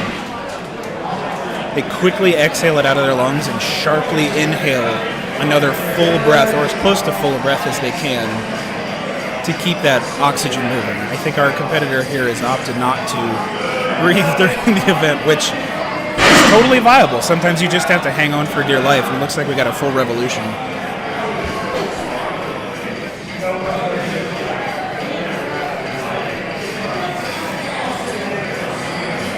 Let's talk about the rules a little bit. You're going to pick up the wheel, kind of like we all talked about. You're going to carry it as far as you can. Once you drop it, that's where your distance ends. That's where your run is over. So once you drop that, when it comes in contact with the floor after your initial pick, that's your score. That's it. However far you traveled, revolution-wise around the center of the implement is going to be your score. So they're taking the distance. If you see, we'll see it after one of these events. They've got a trundle wheel, which is just a rotational measurement stick, and they go around the circle that's taped on the floor there. They're going to measure how far that you went. Got a 60-second time limit for this. I don't know why you'd want to do it any more than that. I don't think we'll see a ton of athletes get to that point.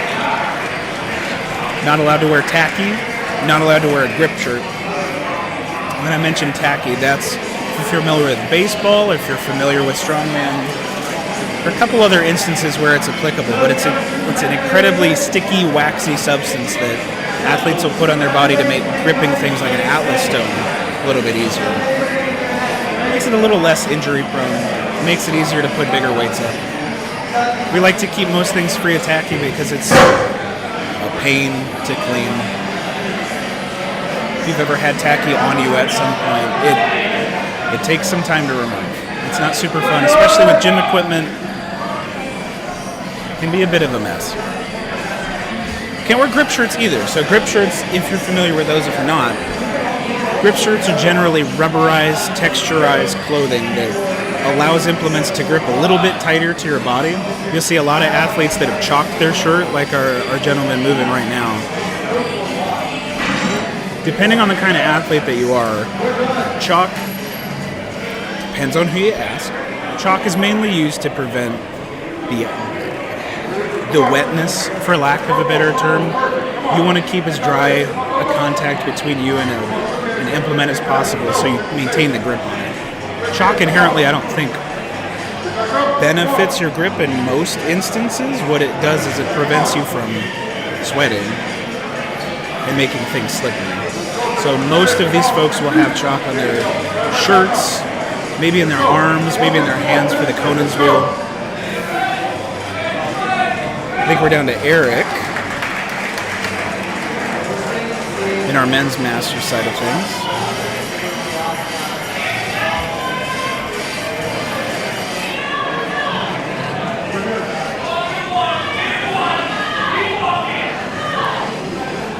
Let's see how many revolutions Eric can get out.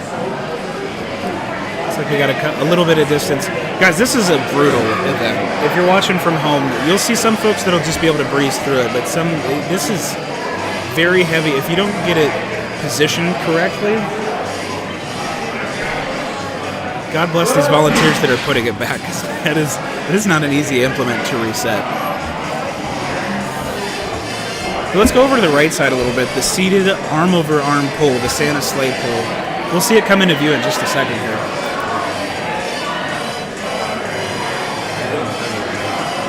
Women's heavyweight.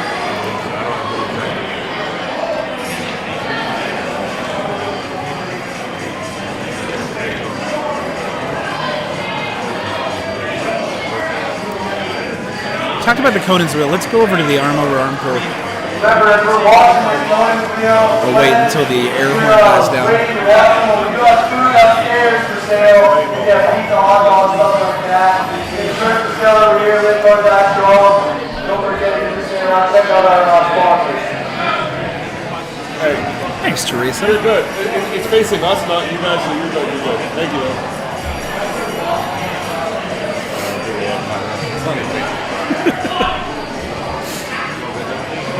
The arm-over-arm pull. Let's talk about that a little bit. If you've never done an arm-over-arm pull,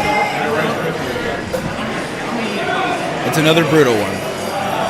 So you've got this long, probably 50 or so foot rope. It's a relatively thick rope.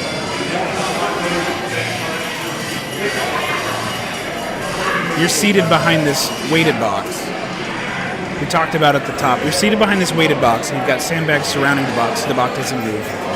You're in a seated position, and what you're trying to do is press your feet against this box, generate all the power from your legs, use that momentum through your back, stroke by stroke, pull that sled back towards you.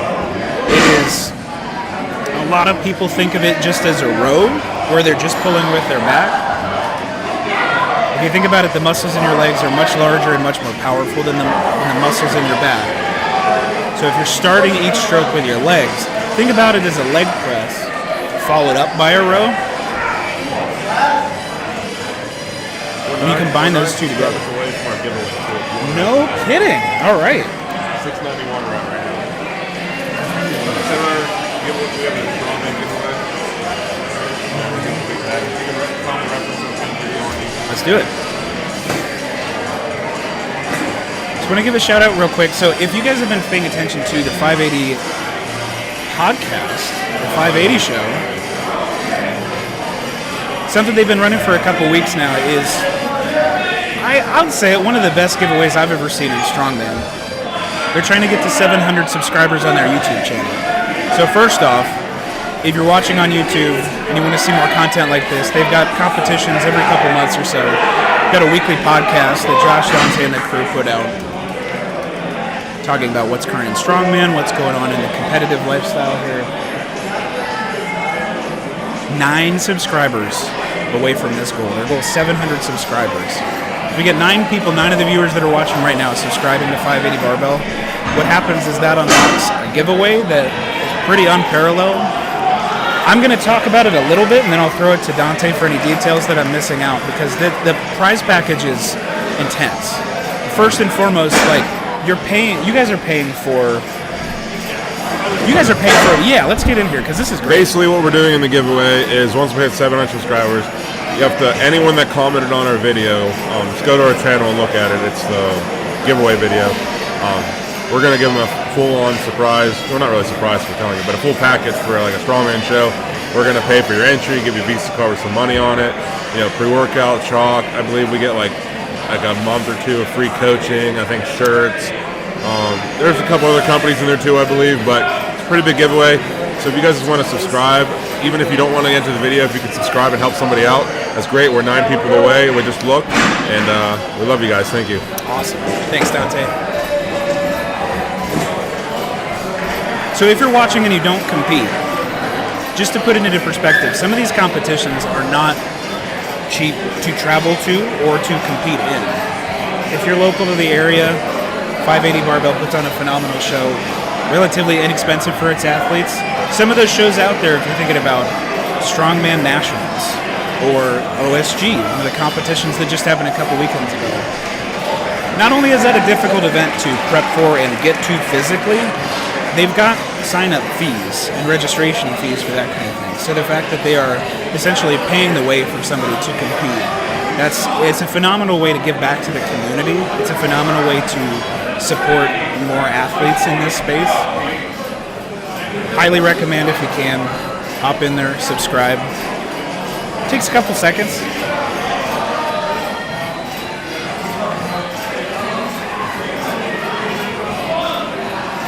Let's see where we're at with the Conans. We'll try to get the arm-over-arm pull athletes as we can. We're a little bit limited, like we said at the top.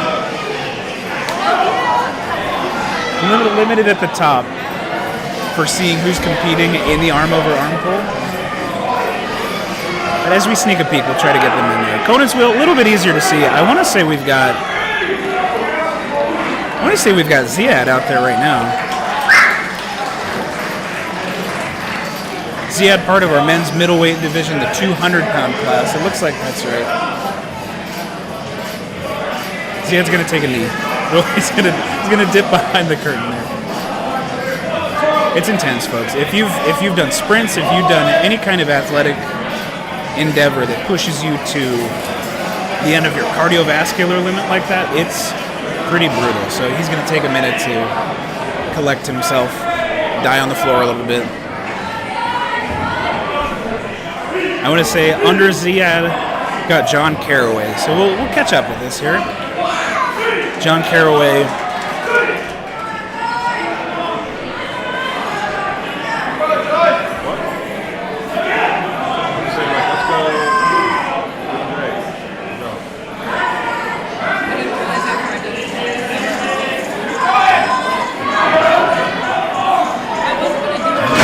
still going. Gonna put some strong points on the board. John Caraway's currently sitting in 4th place in this group. 250-pound max log. Really impressive press. 3 reps on the deadlift.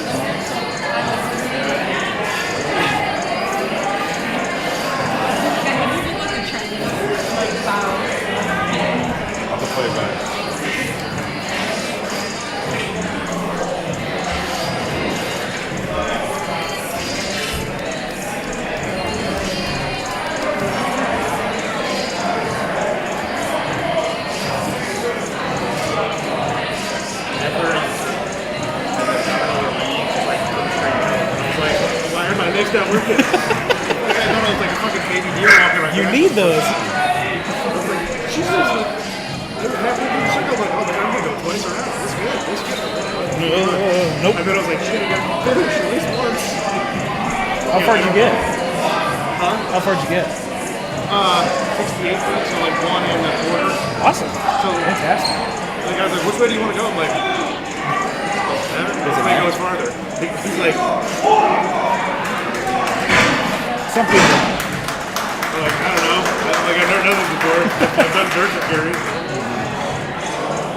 But I mean, I figured out a couple of like things to do it. I don't know why my knees were so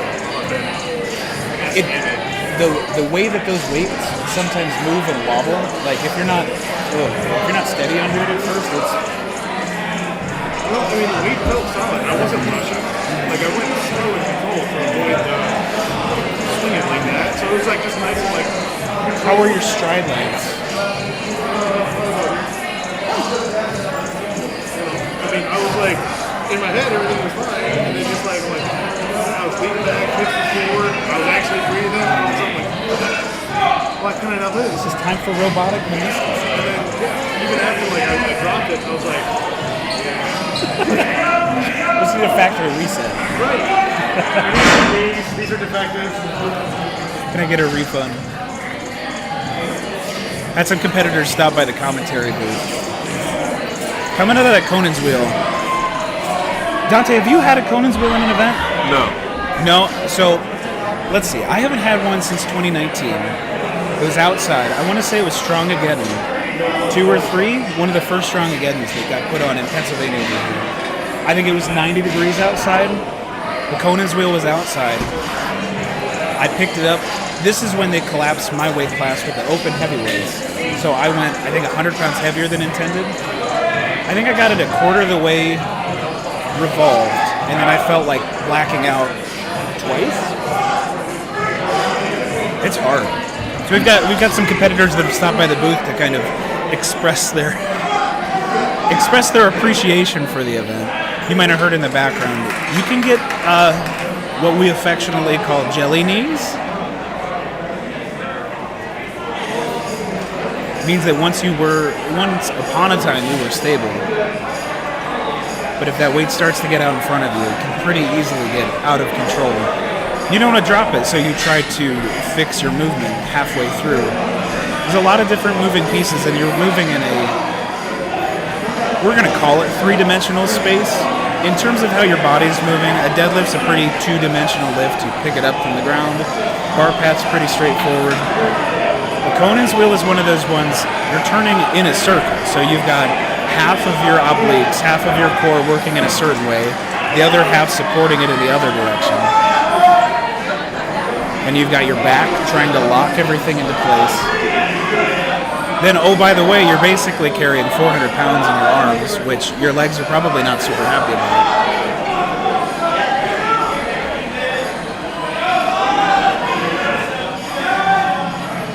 So I want to say we moved on to the novice men and the Conans.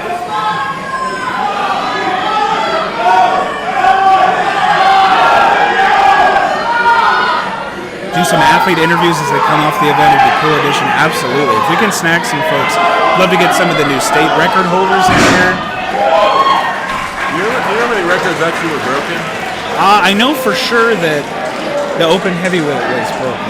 I don't know if our Masters guy, We can probably just look. if Dom finished it. Yeah, we can check it up. I was just curious. I would have to assume so. So you'll see Middleweight stuff. Rick in the middleweight's 290. So he broke that. Had a couple of people break it. 265 didn't have one. I didn't have one noted at least. So we got a new one there. Open men's super heavyweight, obviously we got that one. The 200-pound men.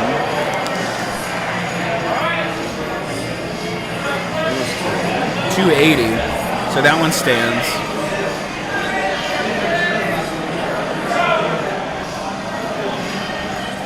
Open women's heavyweight. There's not one listed for the women's open heavyweight.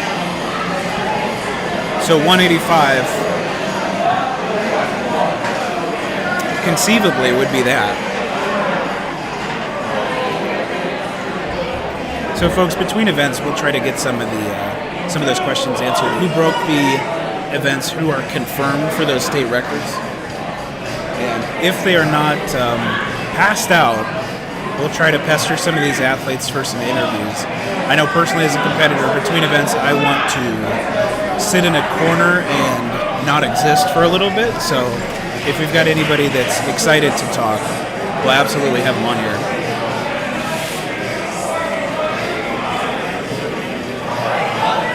Thanks for tuning in, guys. Thanks for watching. Thanks for your comments, too. If you've got any questions on the events, feel free to put them in the chat. I've got them. If you go to... Oh, let me double check. If you go to @Fuller_Sturker, which is @FULLER_STERKUR on Instagram, I've got a comment section open up for any questions that you might have. You can drop them in there. Do a trouble check to see if we've gotten anything.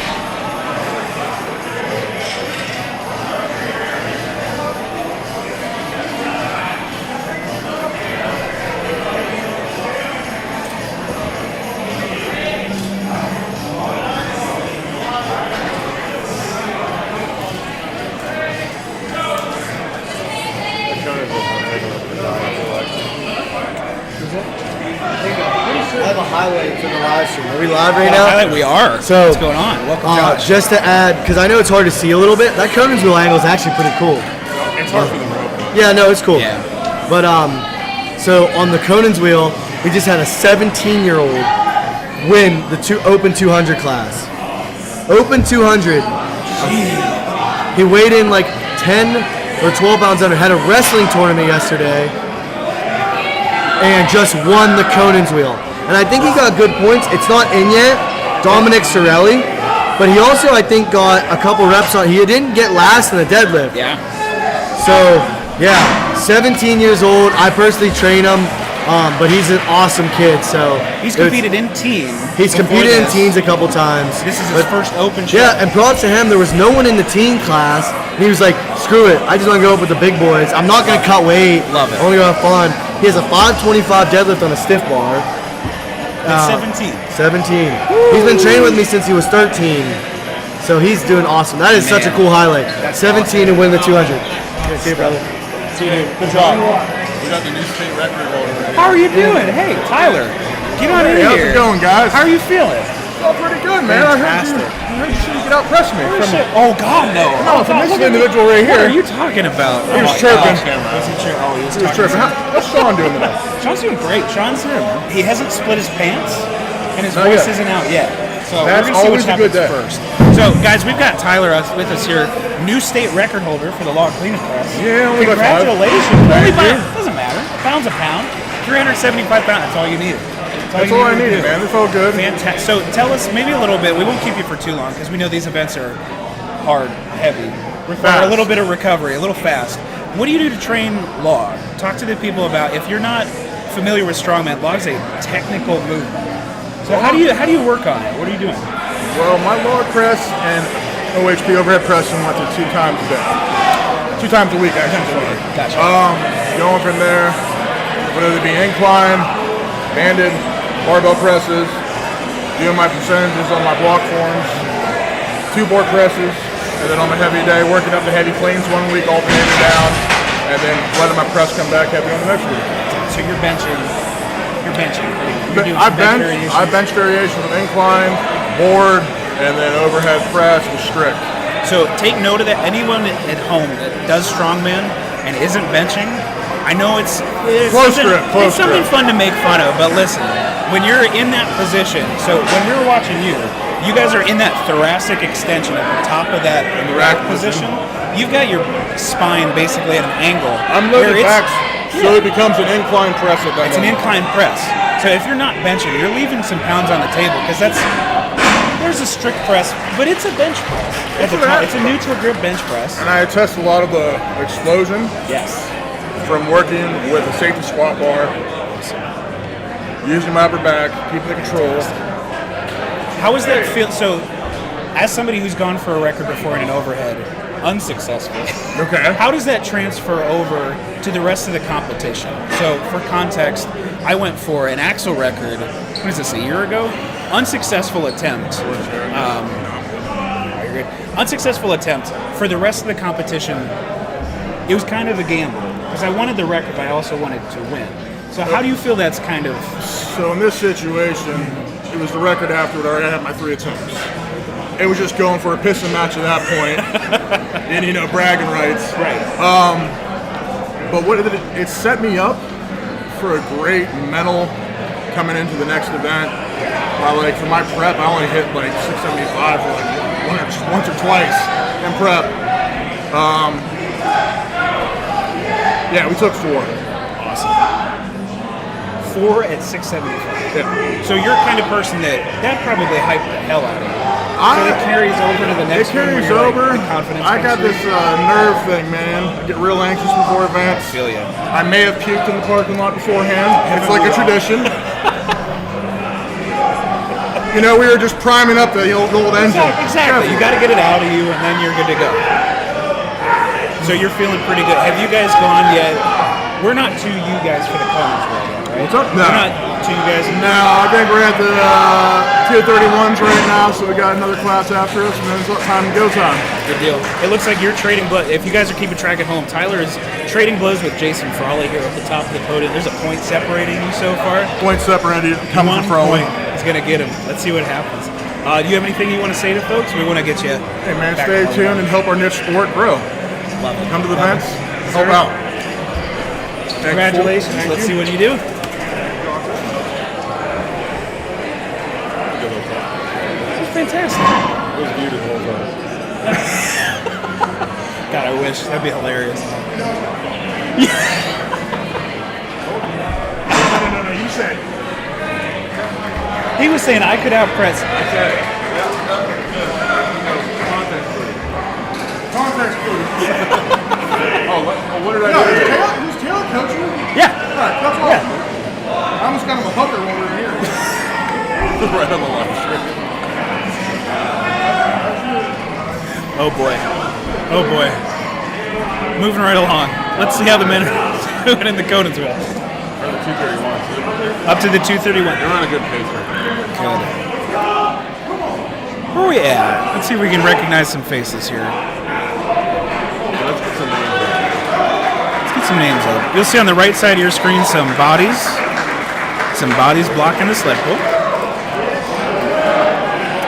I'd have to imagine what that means is the sled pull is done. Our first wave of the sled pullers are probably good to go. I think they started before the Conan was really over. I think so. I think we still had some warm-ups going on. So I think we got the 231s, the 265s, and then 200 weights for the Conan. Perfect. You're going to see some heavy weights in the Conan's wheel here pretty soon. What? What do you got to eat? What do you got to eat? Figure it out.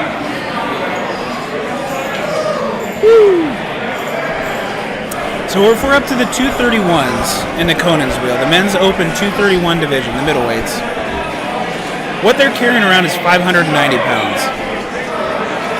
590 pounds loaded beneath them, which makes the distance a little bit longer. So let's see if we can see some faces here. We've got,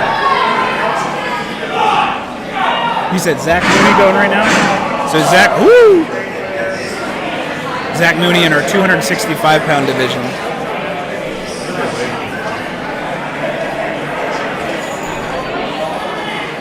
If we're to the 265s, what that means is that we are 630 pounds on the Conan's wheel. No big deal.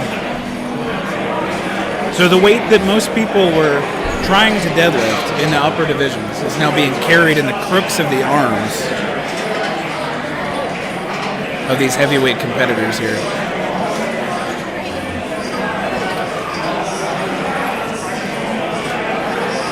I want to say we've got to Liam, right? Liam Fodor on the left-hand side, I think. I'm hearing people shout Liam, so I think that's a safe bet.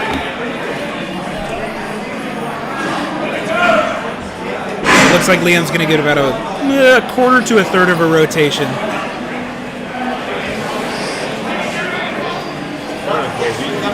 Yeah, it is. This is not an easy event.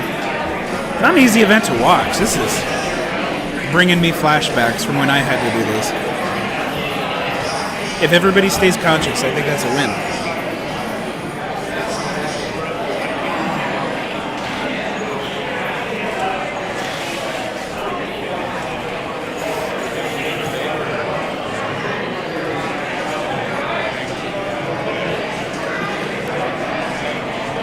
Shout out to everybody watching at home. We know there's a lot of stuff that you could be doing on a Saturday, especially leading up to Christmas and all the other holidays that are around this time.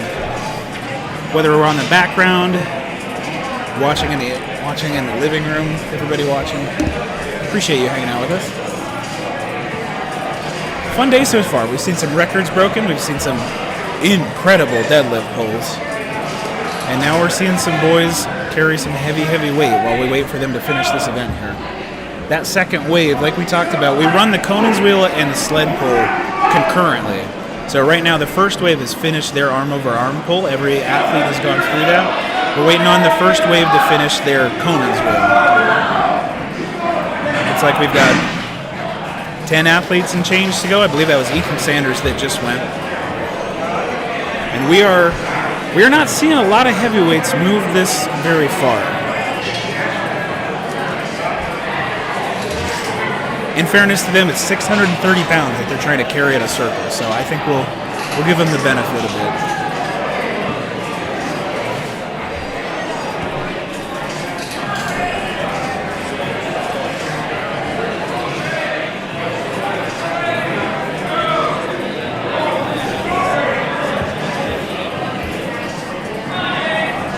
James Brady.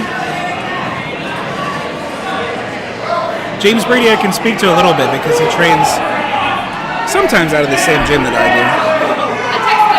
Old School Iron Up in Cleveland, shout out to that gym, has this implement. Traditionally more of a bodybuilder and powerlifting gym, but they have one of these Conan's wheels that some people were able to train on for this event. James, we saw pretty fair rotation. I want to see we're coming up on one full revolution here. I think that was the best one so far. That was the furthest that we've probably seen. James, of course, in the 265 Opens men's heavyweight division. Take a quick peek at the scoreboard. That would mean we see a little bit of movement. After two events, we've got James Brady tied for second with 5 points between him and Liam. Ethan Sanders currently leading that event. We'll see how the points kind of shake out. I think we have moved on to... This must be Zach.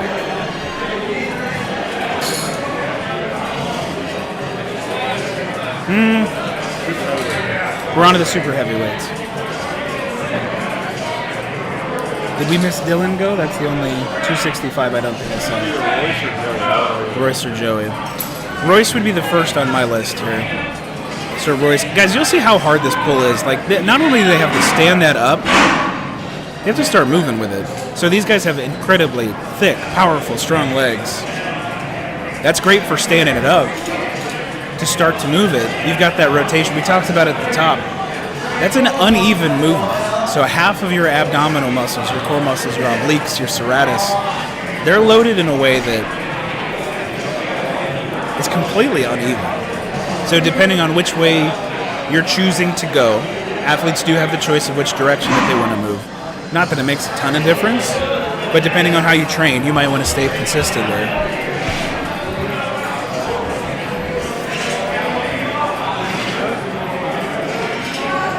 And then to walk around it in a circle. Heavy deadlift's one thing. Heavy log clean and press is another thing. These moving events really test your, what we'll call proprioception. It's basically your understanding of how your body articulates, how your body moves itself.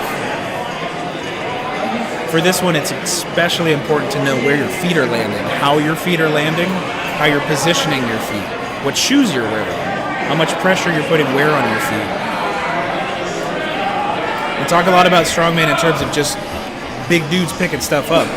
I think we've seen across this competition so far, any athlete of any size, any background, it's going to be a little bit different. We've got Craig going right now.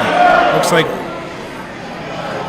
we've got people on scene. So, folks, what we've talked about here is we see Craig on his knees.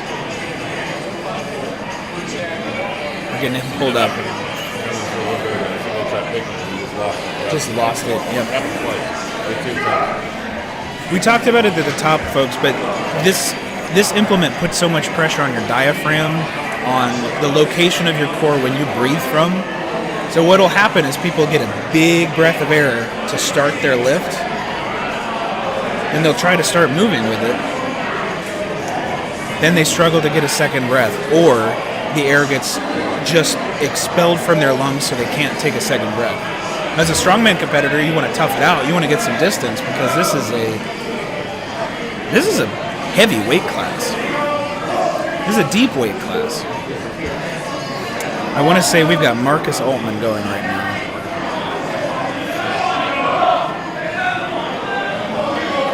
Folks, we're looking from the list of athletes. On the scoreboard, they change based on the points that they have earned. So an iron podium, if you're looking on there, people will shift.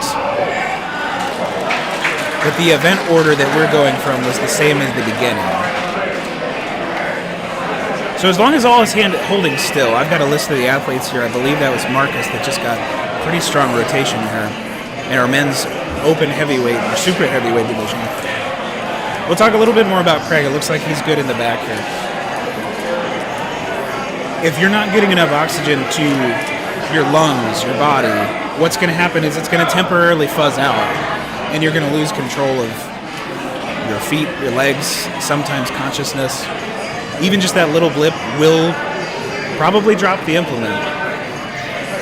In Craig's case, it looks like he's okay.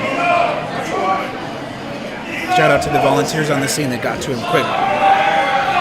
I believe we've got Joey, if this order is correct. Joey, that was Josh Schneider, so we're moving down one.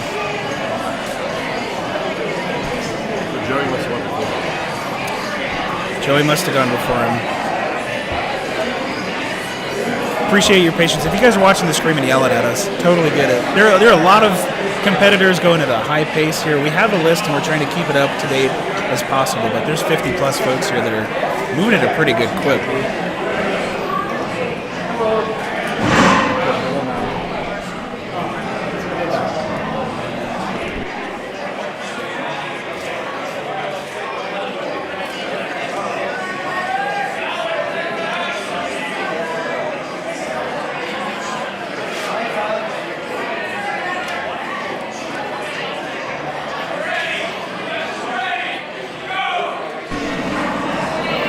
Folks, I believe we've got Tyler going.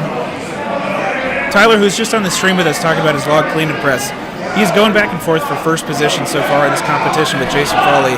Tyler is moving. Woo! My goodness. Tyler is a big, powerful frame. And being able to carry that, I believe we've got close to a revolution and a half, maybe 2 revolutions. Solid showing from Tyler. Let's see. I believe our last competitor in this wave is Jason Frawley. So,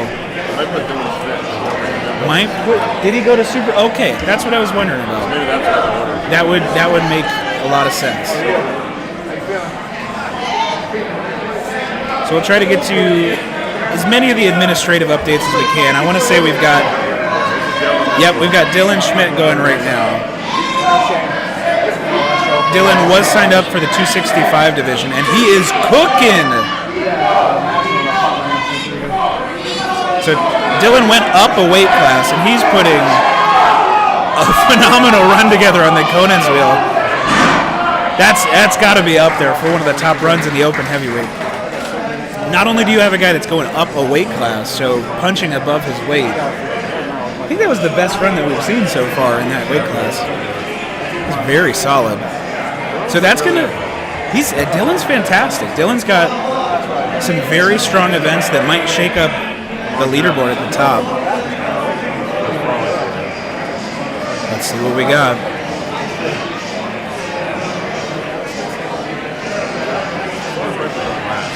No kidding. Absolutely. No kidding. So we'll talk about, I think this is the last competitor in this wave, Open Men's Super Heavyweight. We've got Jason Frawley coming up, currently in the lead with 13.5 points. Tyler put together a fantastic run. Dylan also put together a fantastic run in this, so Frawley needs a pretty good score to stay on top of both of these guys. It's hard to keep track of the distance that these guys are moving, but I think it's safe to say he needs close to 2 revolutions to stay competitive after this event.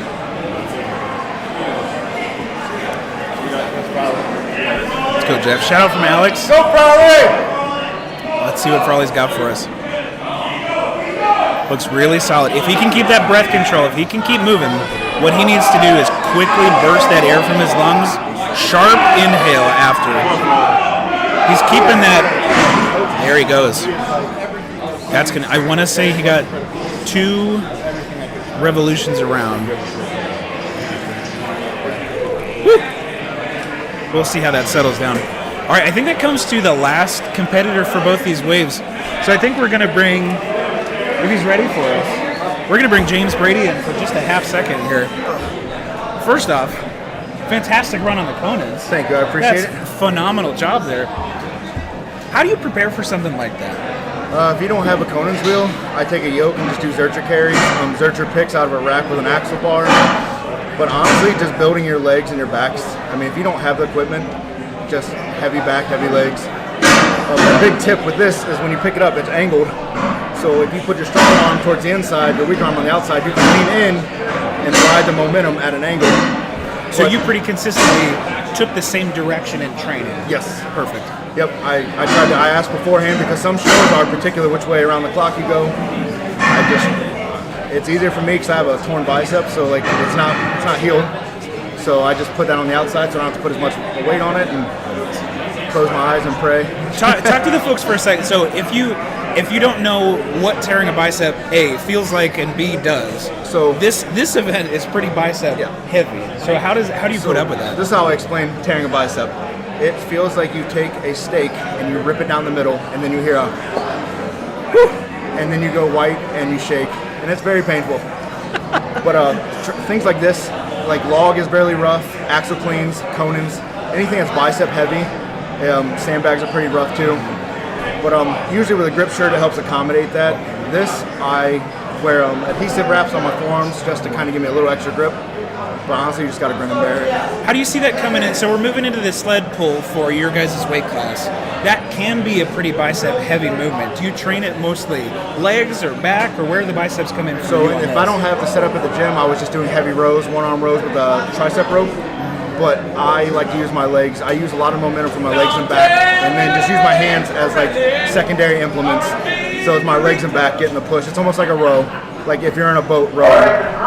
I'm gonna go warm up. I'm good. Good to hear from you. Thank you. All right. Oh wait, so the air horn dies down. James Brady joining us from the open heavyweight men's class, the 265 division. Let's refresh the scores and see what we've got up here so far. Start warming up, and then Conan, start warming up now. We're gonna start like 5 to 10 minutes. Good day. We are cooking. Sled will give you a little bit more time to you guys to finish. Just a reminder, we got food upstairs. We what we're going to do, guys, is we're going to reset the waves. We don't have to reset the implements, but we're going to... Give it 1 second. Switch to a commercial. Sure. Let me.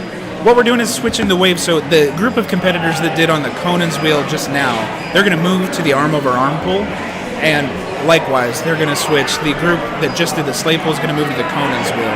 So we're going to reset all the athletes. We'll give them a second to get their wind back, get warmed up for the next event, and we'll take it from there. So we're going to take a quick break to just check all the camera angles, get a quick drink, let the athletes take a break. Be right back with you.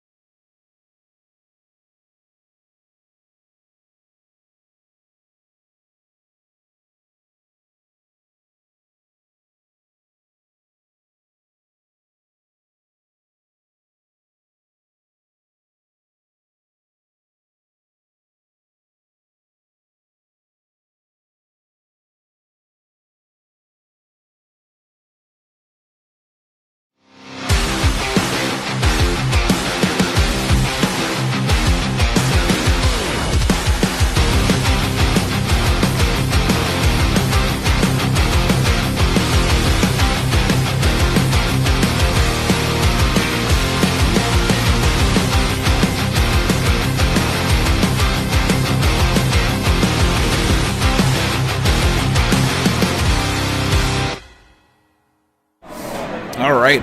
Welcome back, everybody. We are about to get started with Wave B. So if you're just joining us, first off, welcome to the show.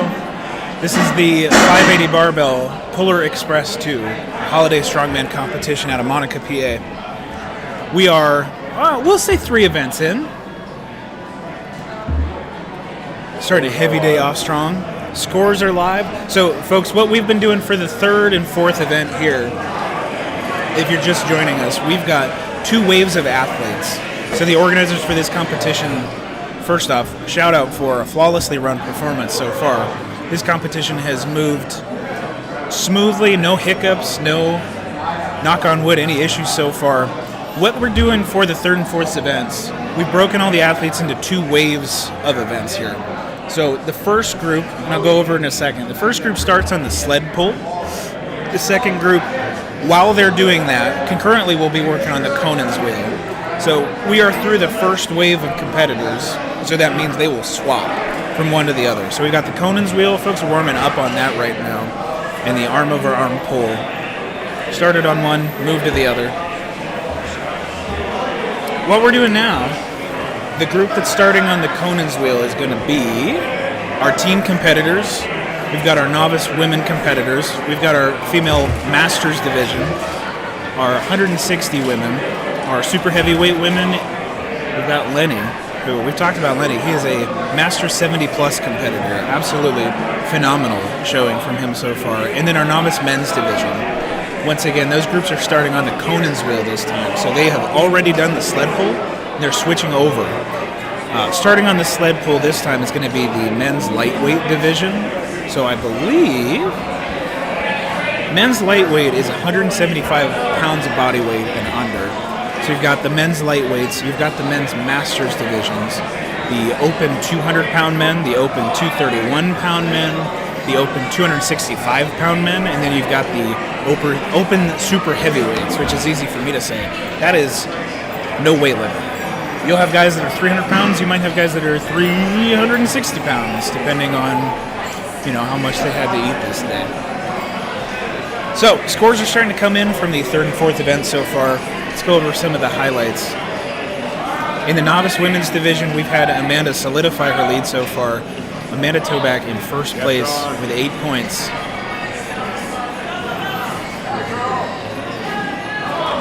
Let's see if we can see who we've got moving right now as we're getting into the events here.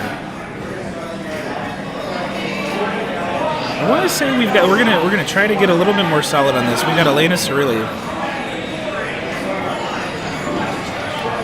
starting on the Conan's wheel. Elena's one of our teen competitors, and this is not a light implement. I believe we've got 90 pounds loaded on this, which is more than most of them have been able to press overhead. So this is not a light event by any stretch. Great couple revolutions from Elena on that one.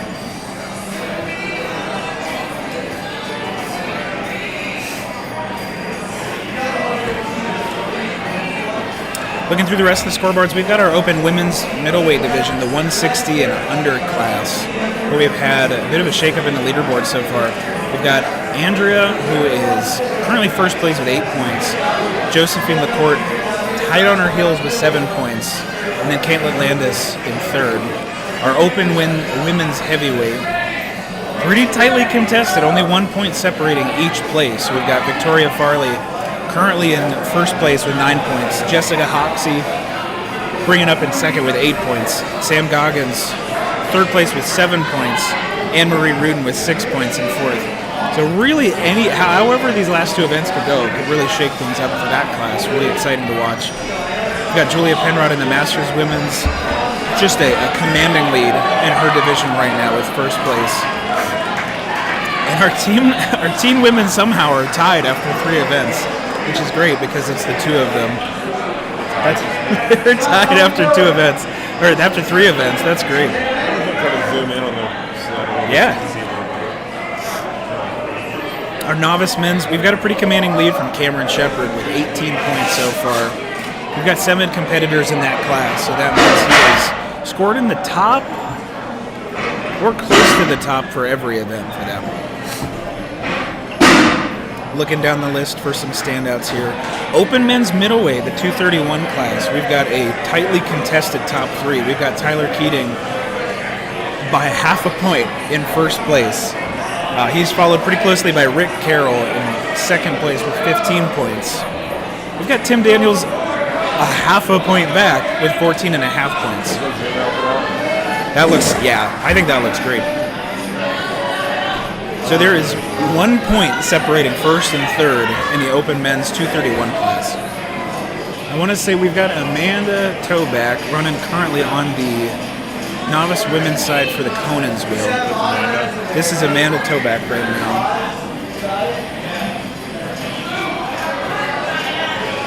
Amanda methodical through this as long as she can keep breathing. It's a great couple revolutions and a good showing for the Conan's wheel. I want to say for the novice women, we are at...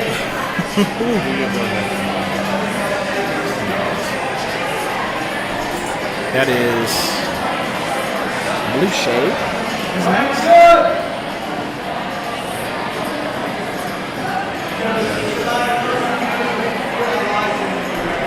Our novice women are carrying 270 pounds in the crook of their elbows for as far as they can go. No big deal.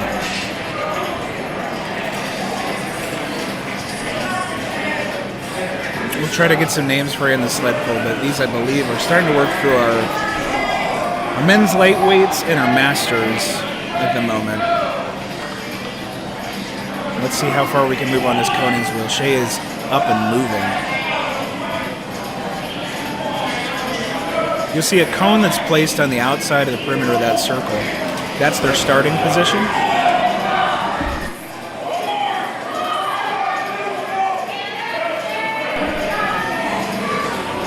We've moved to our second revolution for Shay.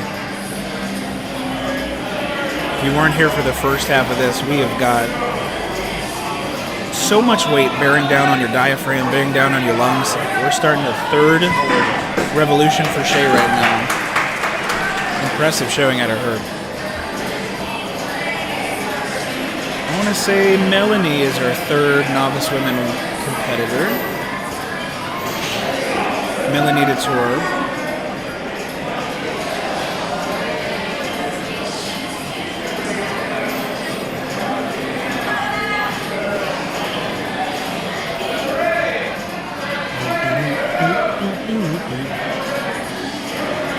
Let's see what we can get from Melanie here. As I was saying, there's a cone. I don't think you can see it in frame right now, but there's a cone on the outside of the perimeter of the circle that they're going through. That denotes a full revolution. That's their starting. Bam!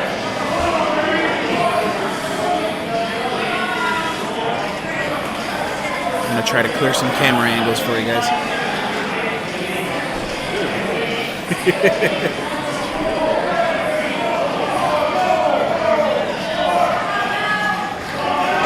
I've got a good view of things. Got Edward Stang finishing up the sled pull.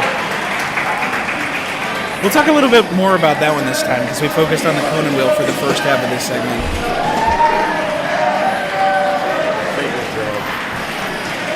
What's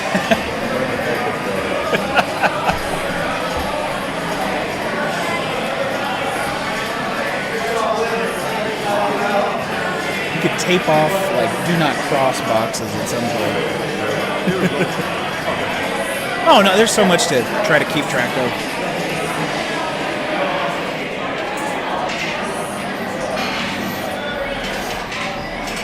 I'll give a quick shout out to our volunteers here. We've got folks that are giving up their Saturdays to help unload, load these implements, keep score, run scores, give commands to our athletes. It's a hard job, and they're doing that work for every competitor. When you're an athlete, you do your event and then you're done. As a volunteer, you are working. So here in the left side of your screen on the Conan's wheel, we've got Lenny. Lenny is our men's Masters 70 plus competitor. So Lenny is just cruising through this competition so far. Pulled some heavy deadlifts, put an impressive log together. He's a testament to somebody that, you know, if you stay in the gym, keep yourself fit, there's no reason you can't be doing this further along in your life. Putting up a good couple revolutions there. Great to see from Lenny. Finishing up the sled pull over here.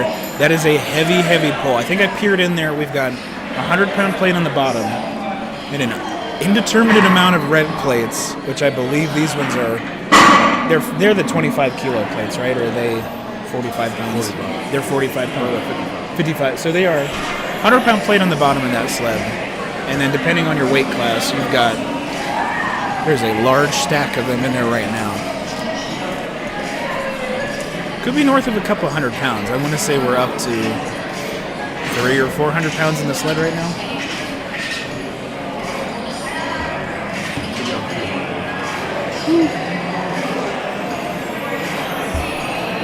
Hundreds, and then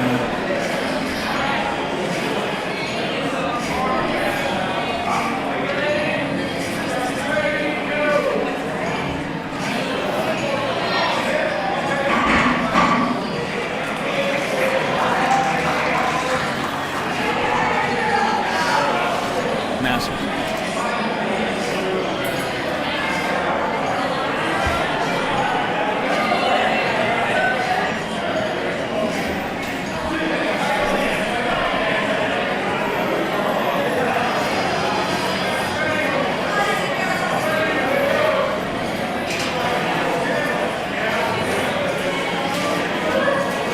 Want to shout out a comment that we've got from the Instagram.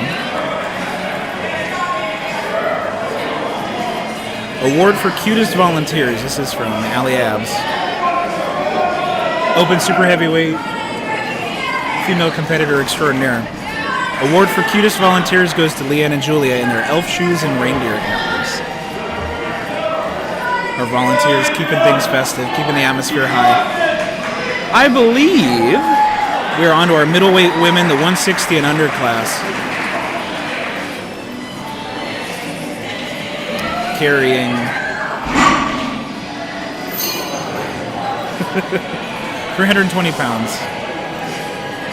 320 pounds in the crook of their arm. It's double their body weight.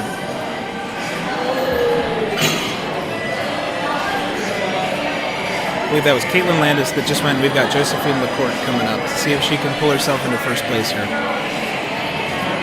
Josephine currently a point down from Andrea. Moving that around. Currently sitting in second place. If Josephine can secure a first place on this event, that'll likely tie her, so it'll come down to the last event, which is always exciting for these viewerships, these competitors. She's moving pretty steady. It looks like the biceps, the back are starting to strain a little bit, but she's got a good pace.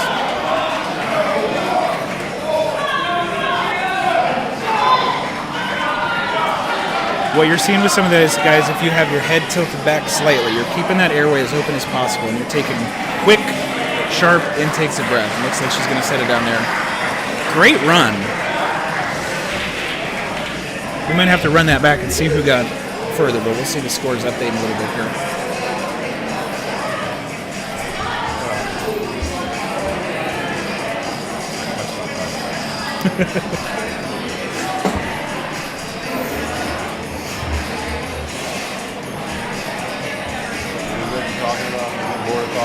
No, heck no. I could talk for hours, unfortunately or fortunately. Let's take a second while we're resetting these. We've got some event sponsors. We've got some brands here that are supporting the gym, supporting the athletes, supporting the competition. Got the CEO of one of them sitting at the desk here. Grip Mountain Liquid Chalk. Folks, if you've been in the gym before and you see these chalk buckets, these obnoxious, messy, LeBron James style mounds of chalk, you know it can get everywhere. It's all over your clothes. It's powdery. It gets in everything. It gets in your nose. I'm not a fan personally. I like liquid chalk myself. A lot of the times liquid chalk comes out, it stays on your hands for 30 seconds. Get in here. Talking about Grip Mountain. So, Grip Mountain chalk, the only liquid chalk you ever need. There you go. Shout out to Dante, puts out a great product. Love being a Grip Mountain athlete. There you It's go. wonderful. It's nice and clean when you put it on. It stays on for a long time. Shout out Grip Mountain. Shout out Grip Mountain. Code Frawley at checkout. Code Frawley at checkout. That's FRAWLEY.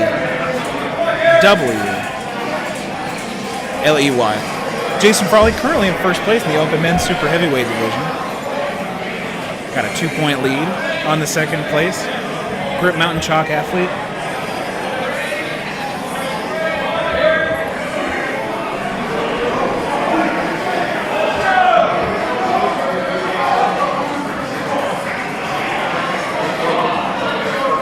You know a couple other Grip Mountain Chalk athletes. Nadia. No big deal. Nadia Stowers, if you're familiar, she also just competed at OSG. Grip Mountain Chalk athlete. Credits Grip Mountain, I believe, with some of her performance. So this is not. You know me one day, that could be part of the team. Why not? Why not? It was great to have one of the best people after. No big deal. Don't take it from these two schmucks sitting behind the camera. Take it from one of the premier pro female strongman competitors in the world. Grip Mountain Chalk. Go grab some. You've already seen the rolls behind the commercials here too. We've got 580 horsepower pre-workout. A couple different flavors. Born and brewed here in Monaco. You hear a lot of times made by athletes for athletes. This is definitely one that's true.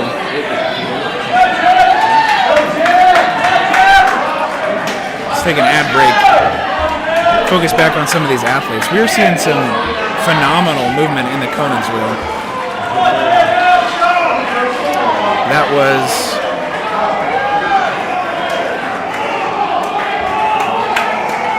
Anne-Marie, I want to say, on the Conans. We're learning. We're getting there. Jim Mooney just went perfect.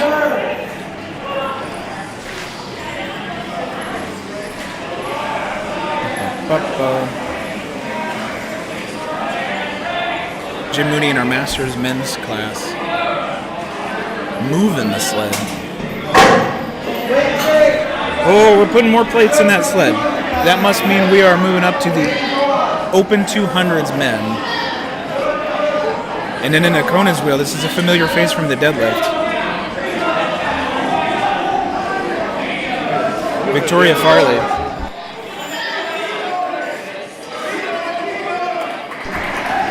Victoria Farley taking this Conan's wheel for a ride. Victoria, you'll remember, and if you're watching the VOD, you have to go back. Victoria went up to the heavier deadlift bar. Didn't even struggle. Got a couple reps on the 405-pound bar. Put on a great show for the Conan's wheel here. It's going to be some hard points to claw back from her. We've got Sam Goggins coming up for the Open men's, or for the Open women's heavyweight. Excuse me.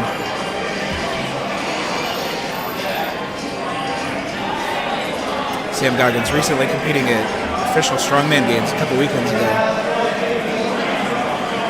Said, rest? I don't need any rest. I don't need to recover from OSG. I got Polar Express to do.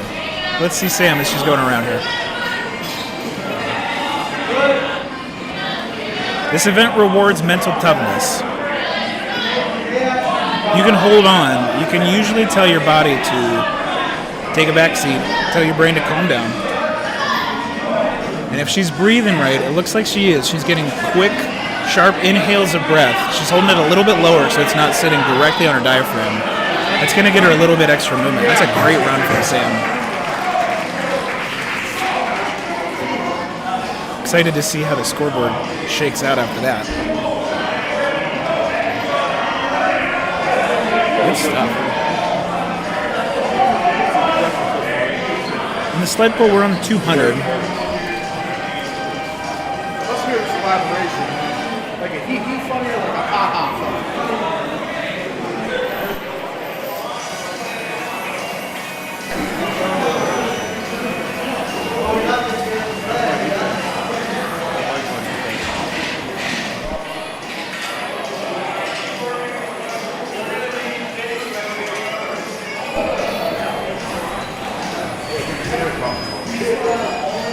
We're hearing reports of the sled not being heavy enough, so our Open super heavyweight men have offered, out of the kindness of their hearts, to sit in the sled. May result in some differences in velocity.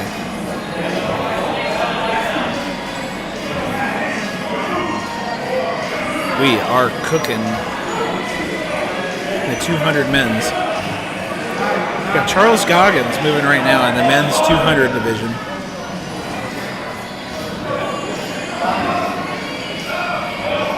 Deep breaths, short, choppy steps get you around that implement. And that is a tired boy. Great run from Charles.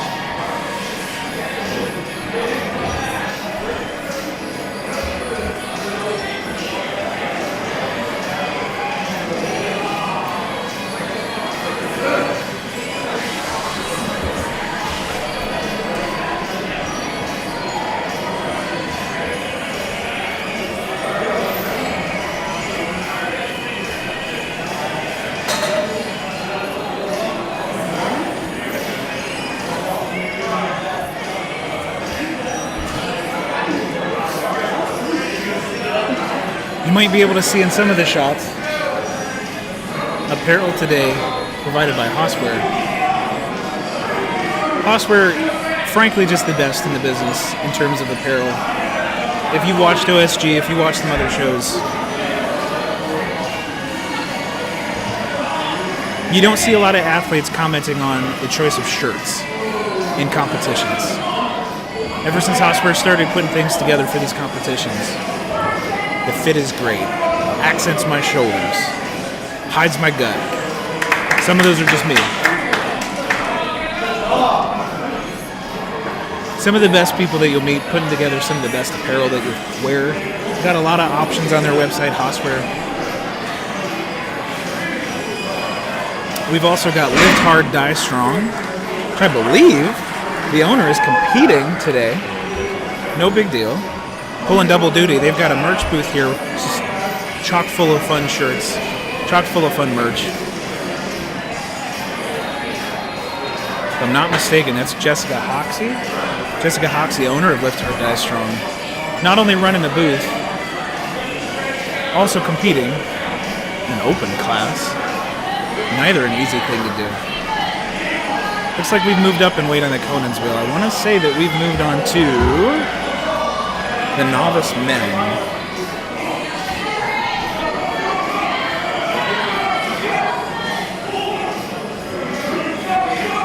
Our novice men carrying around 360 pounds.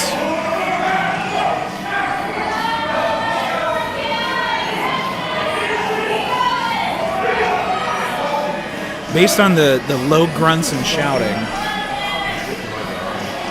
I'd assume that we've moved on to the super heavyweights in the sled pull. I can't lift anymore, so I just talk. That's all I gotta do. Bro, I see you lift my top. Fake weights. It's all fake weights. Show me this merch tonight.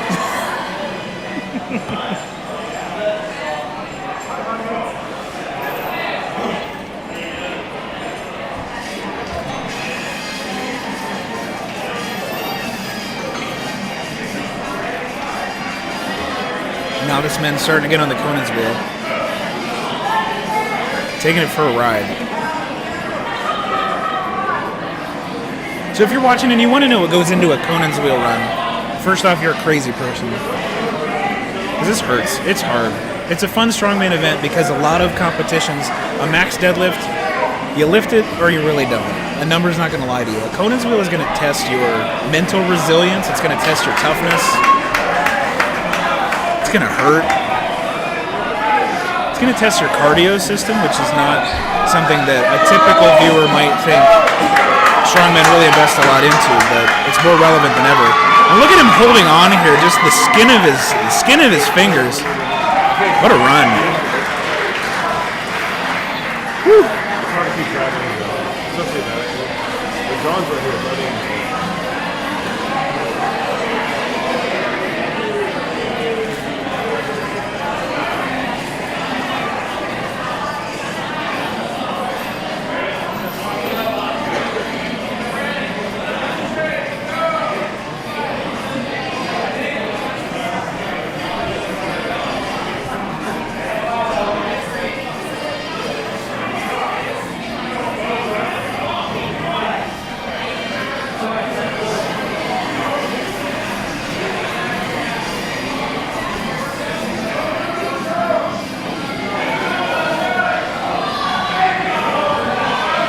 You see the sled pull. We haven't talked a lot about it because it's kind of, our vision's a smidge obscured, but if you can see behind the judge, behind the photographer.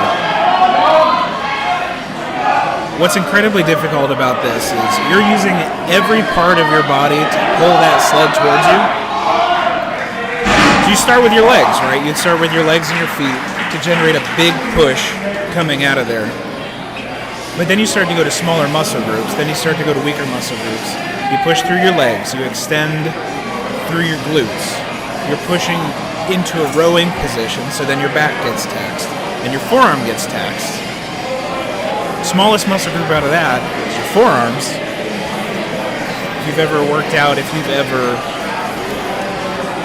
held a wrench, a screwdriver for a long time, the twisting motion, any articulation of your forearms really starts to wear you down after too long. 231s in the sled pull. What's going to burn out on that sled pull first is your grip. You might have plenty of room, plenty of energy still in your legs, still in your back, still in your lats, maybe even your biceps. If you can't grip that rope and actually make solid contact with it anymore, it's not going anywhere. We're moving on to 231s for the sled pull, which is just getting heavier and heavier. If we can sneak a peek at who it is, we'll get kind of re-caught up with the naming.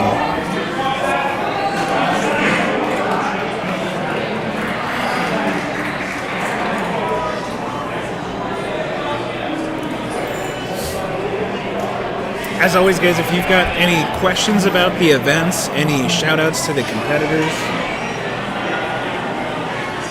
anything that you want read on air within reason, let us know. Comment in the chat. Let's see what you got.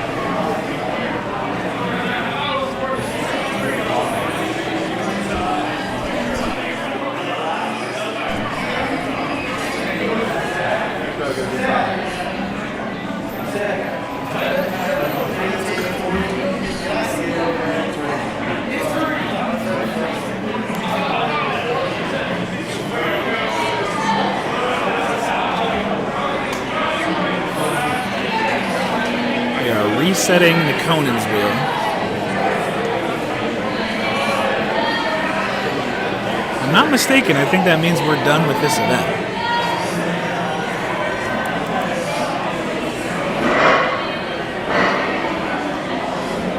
Looks like we're wrapped with Conan. Guys, we are moving. It's 1:30-ish Eastern time. Started at 10 o'clock Eastern time, so is that roughly 3.5 hours? Almost done with the fourth event. We're about 2.5 weight classes left. Woo. 2.5 weight classes left on the fourth event. If you've been to a Strongman show, I just want to re-emphasize how smoothly a competition like this is moving. Josh and the gang here at 580. It really helps to have competitors putting a show together. They know what works. They know what might be challenging. They know how to stage a warm-up area. They know how to traffic the athletes. In this instance, they know how to wave the athletes, so breaking them into different groups. And frankly, it helps to have athletes that are intelligent and intentional about their movements, their warm-ups.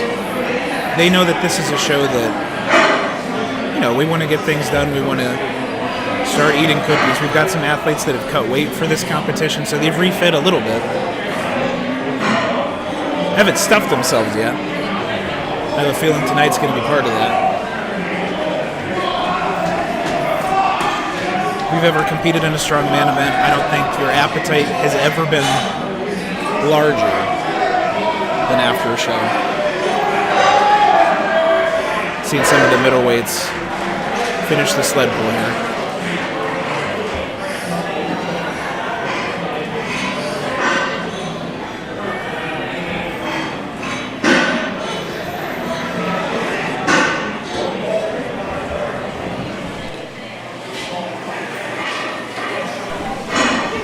I'm going to keep harping on it. Shout out to the volunteers who are resetting these events. So we've got a team, it looks like we've got 2 teams of volunteers that are swapping back and forth between resetting the sled pull. That sled's easily up to 400, 500 pounds maybe by now. So we've got two teams rotating in and out to reset that sled so the next competitor can go within 30, 45 seconds, keeping this running really smooth. It's hard on the body, that's hard on just the cardio. Whoever's starting this seated over and over arm pull, getting some big, strong pulls to start. I believe, if I can see correctly, we've started with our men's super heavyweight, so this might be Royce.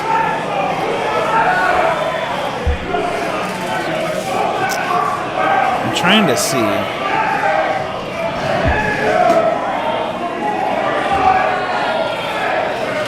Make a quick work of the sled. His co-host this week is. Yeah, come on, get on in frame. Come on. 231 still? Cool. So you're still coming up with the sled? Yes. Gotcha. Yes, heavyweights are still waiting, and then stones are last, and that's just going to be drawn out and waiting for that. Gotta love it.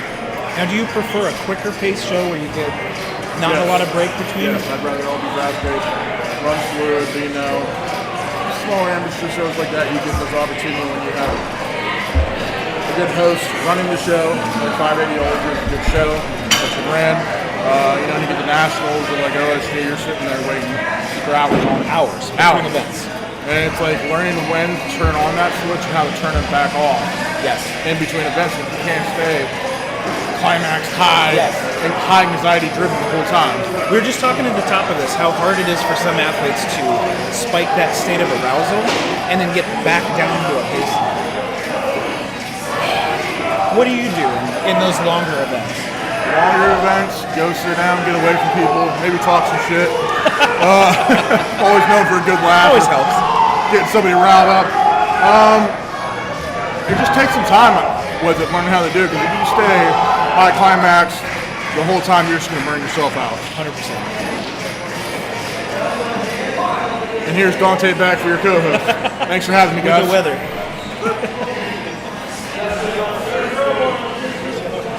Tyler Kaczarski,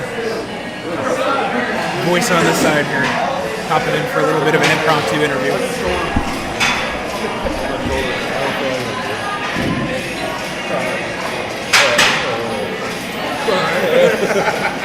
What's coming next, folks, is a sneak peek. You're seeing the setup on the left side here. First off, volunteers are doing a great job of resetting while we're waiting for the sled pull to finish.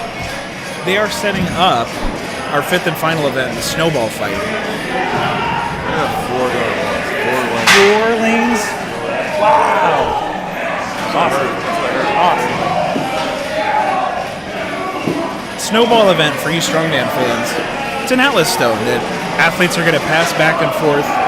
If you've ever watched Clash on the Coast or what's now known as Professional Strongman League, I believe, PSL, the way that they do their finals is an Atlas stone over bar with two athletes passing it back and forth. And it's kind of a last man standing. When you can't lift that stone anymore, you cycle out and the next athlete starts. So who will win will have the most reps, but it's a little bit more exciting to get through the whole class with that speed, with that intensity, with that pressure and that drama. I think we're going to have a couple lanes set up side by side with that too, so that's going to be fun.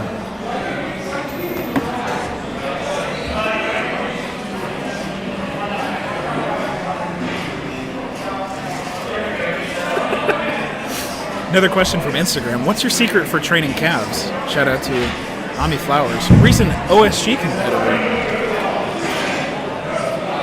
My secret for training calves is to be a highly overweight adolescent, play in the marching band, just walk a lot.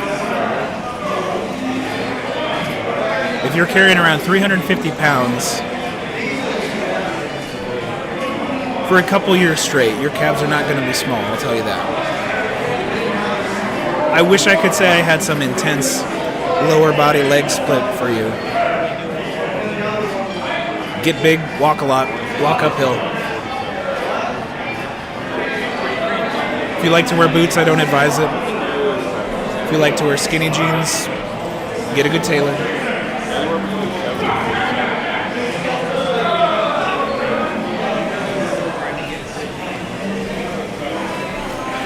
trying to see who's coming next on the sled pull. But when I tell you this place is packed, there's not a great angle to see anything. There are crowds of people around this turf area.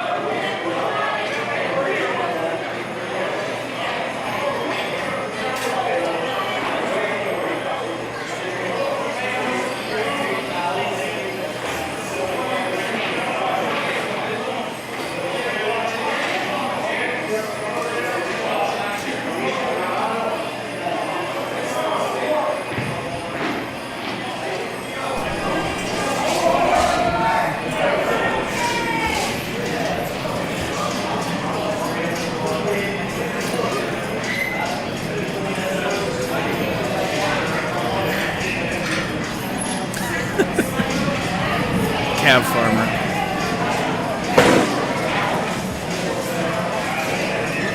All my fields are barren except for the cab fields.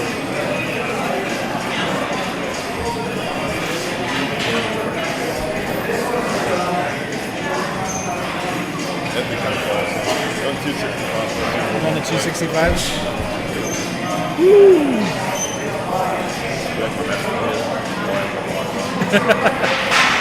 I like it. Ooh! 231 Tyler. 231 Tyler Keaton. I believe. Let's see. What? How are we doing? They don't have it. I don't know if we have scores for the pool yet. Tyler Keaton, at I least. felt very good in the sled. Felt good on the sled? I mean, I felt slow, but usually when you feel that way, you're moving pretty quick, right? Yeah, whenever I record myself, I feel a lot slower than I look. So watching the back, I felt slow, really slow on like the way down, but like on the way back, I got some really good pulls. So good. That'll help. How are you feeling? How's the body holding up? One more. So One more. Gotta make it. Gotta finish. Yes, sir. it, bro. It's like last year, man. It's gotta finish. Those that stones, man. Gotta get it. How do you feel about the format of these stones, this head-to-head? I'm all for it. Yes. I mean, it's a little unique. It's definitely not something I'm used to, but it's there's always a doozy in Strongman. That's the nature of our sport, man. You gotta be ready for anything. So true. Sorry, I'm a lot out of breath. I think that's fair.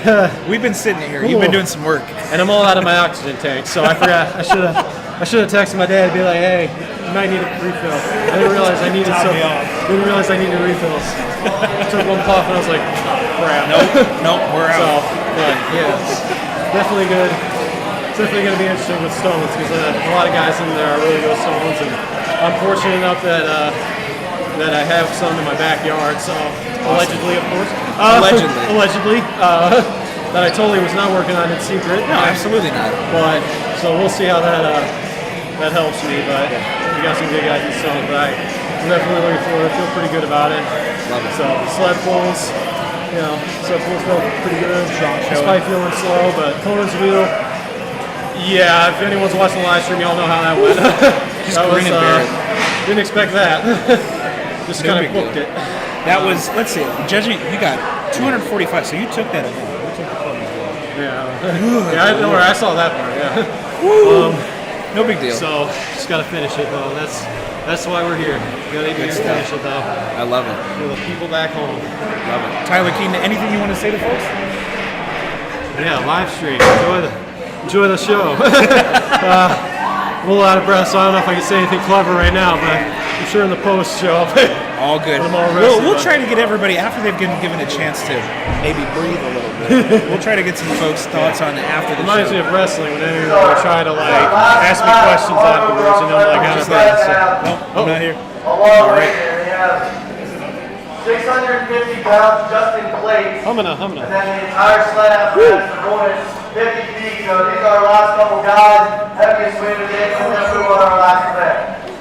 So in case you guys didn't hear that, or Sean wants to tell them what they just heard, That's 650 pounds on a sled.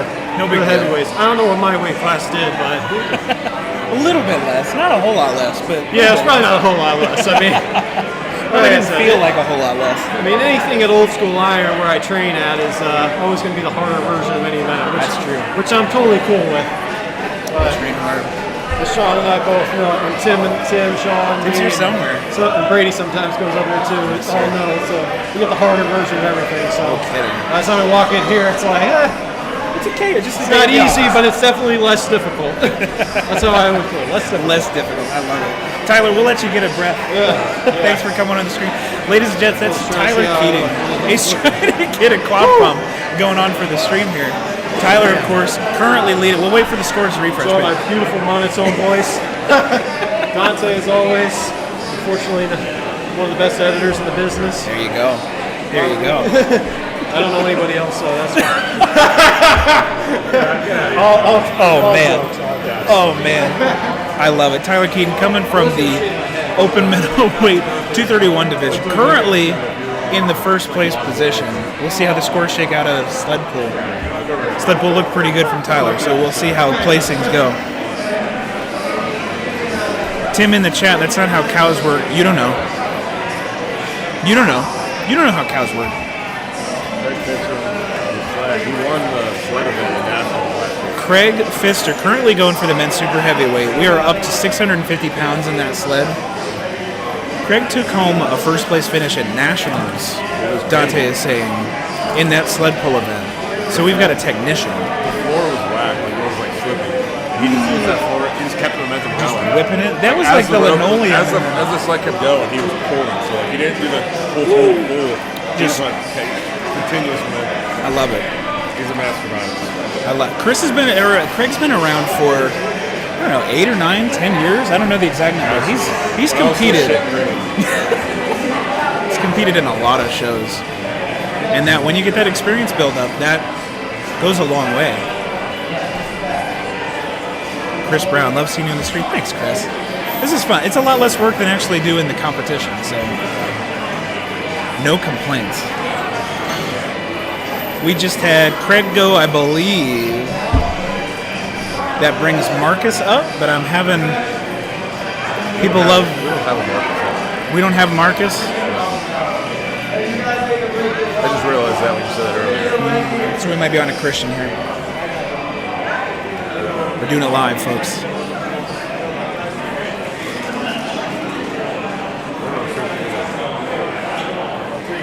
Don't have a Christian, so maybe on to Joey.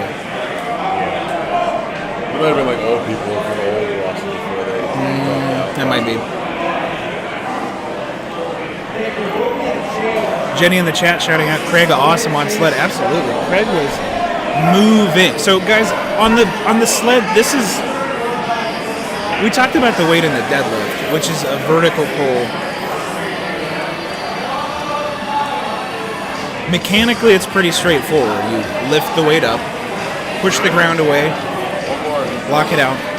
A sled pull is one of those that's a very dynamic movement in that every time that you pull, depending on which side of the body that you're using, that weight's going to shift ever so slightly on the sled and make the next pull a little bit more difficult. So you'll hear a lot of people use the phrase slow is smooth, smooth is fast. What that means is if you're trying to rush it in a herky-jerky movement, you're going to get it a little bit off kilter, and each one of those pulls is going to be a little bit more difficult. But if you're using very intentional movements on that sled pull, it's going to go in a straight line. Each pull is going to be easier. Moving very methodical. We've got a nice view of a bottle in the screen right now.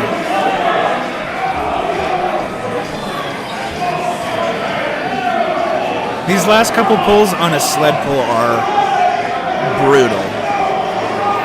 You're running out of oxygen. This looks like Josh Schneider. Josh Schneider, it looks like we might have up right now. It should be Kucharski, Schmidt, and Jason Fall. Because Dylan went before Jason.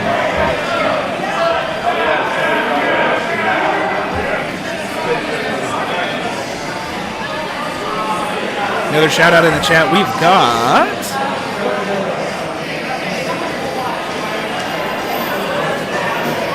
huge shout out, Shay Stang in our novice women's division,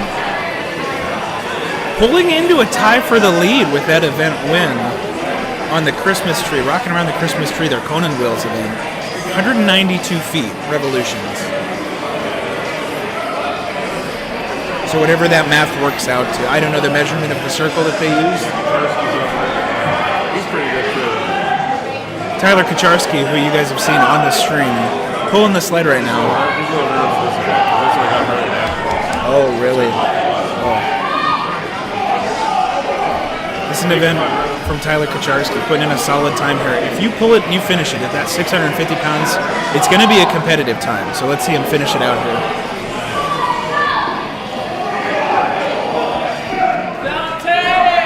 Dante making the point that in Strongman Corp Nationals last year, they had a sled pull. It's liable to beat you up.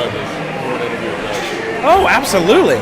We've got one of our judges here. Hop in the frame. Oh, where How's it going? You are right on the screen here. I'm over here. I'll make some room for you. What's up, guys? How's it going? How is the day shaping up for you so far? Is this your first time judging? No, this is like maybe my fourth or third, maybe. I don't really know. Awesome. All here, or have you been other places? All here. All here. Yeah. I started out with Josh in a garage, actually in a back corner, our first gym we met at Brady's Run. Then after that, we moved to 2 garages. Then after those 2 garages, those were the COVID days. Then after that, Josh bought this place, and we just blew up ever since. But I moved away like last year, actually this year. So that's why I don't come here anymore. But he's still around. I'm still around. My heart's still here. All my equipment's still here. I got like $2 grand worth of equipment here. So. But it's nice of him to let you leave it in the room. Yeah, I mean they use it, so. Yeah, so. I love it. What's it like being a judge for these athletes? Are you running into? I like to say that strongmen are some of the more level-headed, as weird as that sounds, compared to some other strength sports. Are you running into any flack, or is this a good group of folks? Everyone's been really respected today. Nothing too crazy. They know better, right? People who had like issues like with lockout, because their arm doesn't extend, they came up, told me about it. So they let me know. So I just told them like, hey, just hold it for an extra second. So I just know that you locked it out as much as you could. So absolutely. Yeah. Any performances standing out for you so far? You're just in one lane. Nothing. I didn't see anything special. It was so. I've seen it all before. You know, I've been to big shows. Yeah, another day at the office. But a couple guys got the state record in log, and that was pretty cool. And so that was awesome seeing that. And I'm glad it was our group of guys that got to set those state records. So now we got to set some nation records. You know, Josh needs to win the Arnold. He needs to just ball out. I also got an Arnold invite, but that's probably not happening. Not going to the Arnold? No. Oh, man. I just had a baby, and he drives me insane. I don't got time to train. Super fair. Congratulations. Yeah, thank you. Absolutely. Good stuff. Anything that you want to shout out to? Hard out. Hard out. We are See you, hard out. everybody.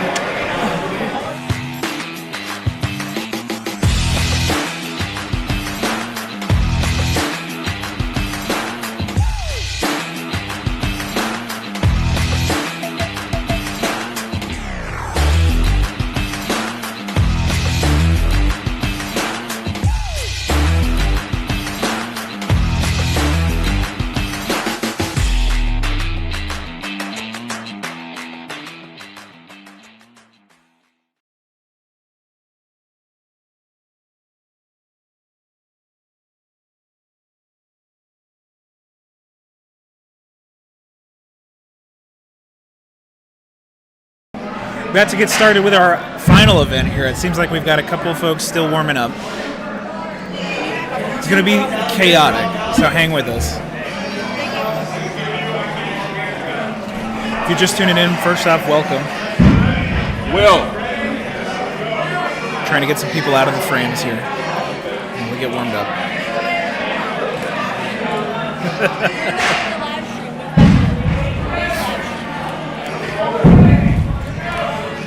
You are watching Polar Express 2. His head. Like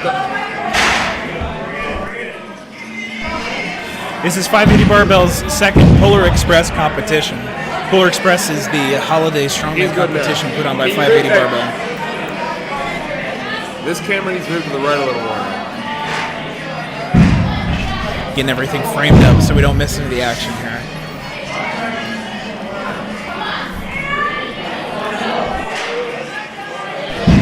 If you're just tuning in, we are on our final event here. This is the Snowball fight. Snowball fight is an Atlas Stone over bar event. What you're seeing these athletes do is basically tug of war with big concrete balls. Essentially what we're looking for is a last man standing, a last person standing with these Atlas Stones. These Atlas Stones are intensely heavy concrete spheres. If you've never worked with an Atlas Stone, it is concentrated bulk. Heavy snow. You are absolutely right. Heavy snowballs. I do not want one of those being thrown at me or landing. So the essence of this event, if you're joining us for the first time with Strongman, we'll explain it in a second here. But there are some events that have pioneered this event style where it's two athletes that are facing each other over a yoke. And they essentially pass this Atlas Stone back and forth until one dips out. So it's not technically last man standing. Still the person with the most reps at the end wins. But the way that it works, we're going to get through entire divisions in a handful of minutes, so don't stop paying attention to it. Don't blink. What's going to happen is, first off, everybody's been reordered. So if you've been following us thus far, everybody in the Iron Podium link, if you're in YouTube, if you're in the live chat here, there's a pinned post, a pinned link at the top of that chat. That's the Iron Podium link. Iron Podium is the scoring system for most, if not all, of United States-based strongman at this point. It's a system that's incredibly intuitive, easy to score with, and if you're running a fantastic show like this, pretty quickly updated scoring system. What we've done is we've taken all the scores from all the events so far, the last 4 events. Based on who is winning them, they get sent to the bottom of the order. So if you are in first place going into the 5th event, you're going to be going last on this event. You're going to be the last athlete that cycles into this snowball fight, this horrendous, devilish snowball fight. The reason why that's so important, if you are first place headed into the last event, and in this circumstance, we reorder based on performance, you know exactly what number that you have to get to win this event. You know how many reps your other competitors have done. You know what target you have to hit to take the event win. It's a pretty big advantage. If you're going first, you just have to go for as long as you can. If you're going last, you know exactly what you have to do, and you just have to go execute it. So we'll try to call out athletes if we can. There are, like you see here, there are 4 snowball fights happening at once, so it's going to be kind of tricky to call each one of them. But we'll try to highlight the ones that might have the biggest scoring impacts. I'll do a quick highlight of some of these classes here so far. We've got some pretty close scores in some of these classes. So we'll start with the novice women's weight here. Amanda Toback and Shay Stanton tied for first place with 10 points apiece.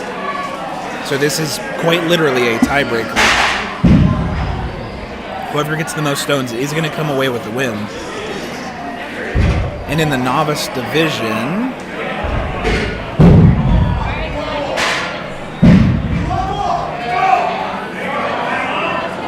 it's going to come pretty tightly contested. Now moving on to the open women's middleweight competition. So we've got the 160 and under women. We've got Andrea and Josephine also both tied at 10 points apiece. So this is going to be quite literally a tiebreaker for them as well. We'll try to highlight them as they come up. It looks like in lane 1 we've got our teen competitors going right now. Our teen competitors have a point separated now. So Elena is currently winning in 6.5 points. Catherine behind her with 5.5 points. If Catherine wins this, she will get a point over Elena, which will tie them score-wise. So we'll see what our event organizers have planned for a tiebreaker in the event that does happen. We'll keep you posted. This is probably the break the tiebreaker. Where are they at right now in the... Well over 20 reps back and forth. There's still My goodness. 100-pound stone back and forth. Scott Deese in the chat, which lanes will the 105s be in? Let me check on that for you. And that's a good call. We can give specifics. I would assume that you're going to be looking at lane 4. I think Tyler's in lane 4 right now.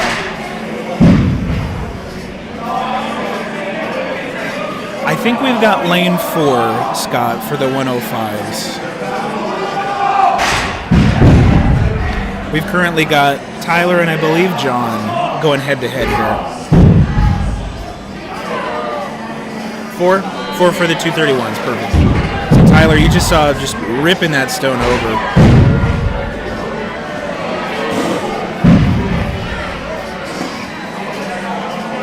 So we'll talk about why this is such a challenging event in a second, but we want to highlight the teens in lane 1. I want to say they're 20 plus reps in, going back and forth. There's no quit in them. Absolutely, Scott. Thanks for being here.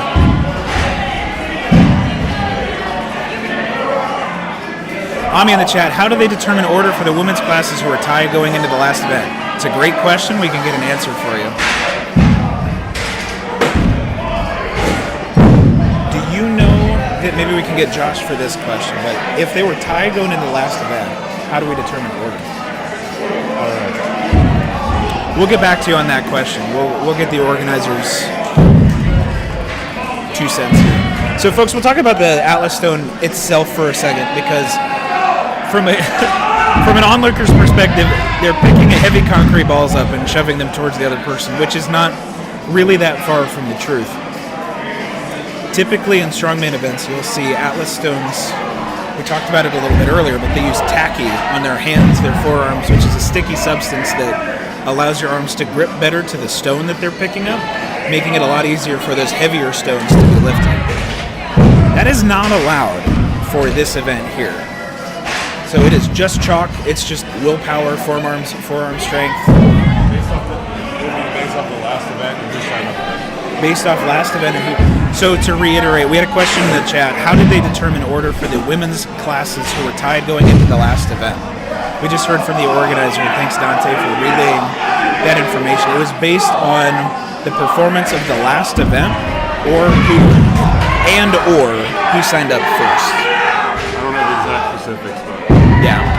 So we've got 2 kind of clarifications there. If you won the last event, it's fair to say that would be putting you into a more advantageous position for that in the case of a tie. If it was even, it was split. It was based on who signed up first.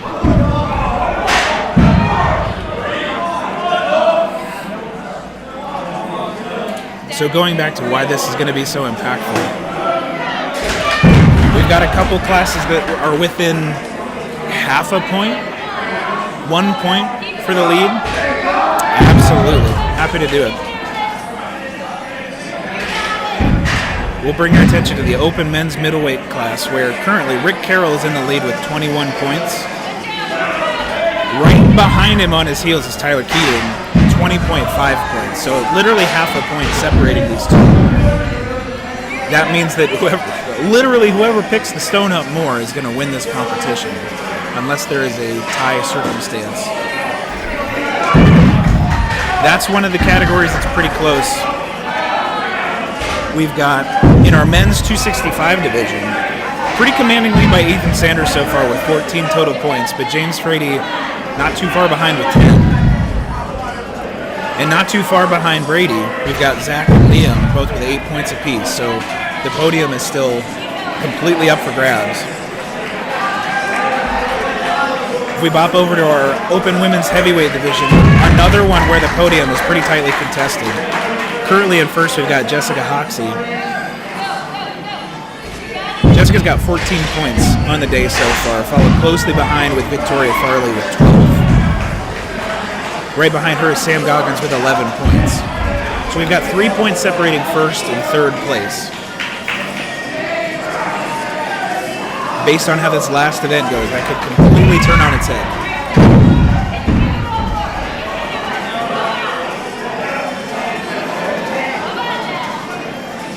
take a trip down to our open men's super heavyweight. Another commanding lead from Frawley. Jason Frawley is currently in first place with 25.5 points. Dylan Schmidt making up some serious ground on these last couple events. 21 points for second place. Shortly behind Dylan, is Tyler Kacharski, 20.5 points. Literally half a point separating second and third place. And folks, the reason why these placings are so important is in our open divisions, if there are 2 to 5 athletes in a class, first place is going to get you a nationals invite. So Strongman Corporation, the governing body that has all of these strongman competitions put on, they are the record keepers, they are the sanctioning events. If you're in first place, you get a trip to nationals, which this year was in Erie, Pennsylvania, not too far from here. If you win nationals, depending on your weight class, you can get a pro card, you can get an amateur Arnold's invite. A lot of fun stuff happens when you get to that level.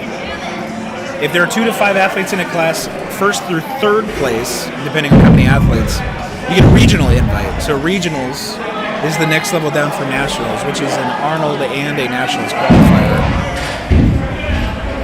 First through third get a regionals invite, which is happening right back here at 580 Barbell in June, I want to say. I might show up to that one. We might be here for that. Seen a lot of excitement in lane 2. We'll try to get some news for you.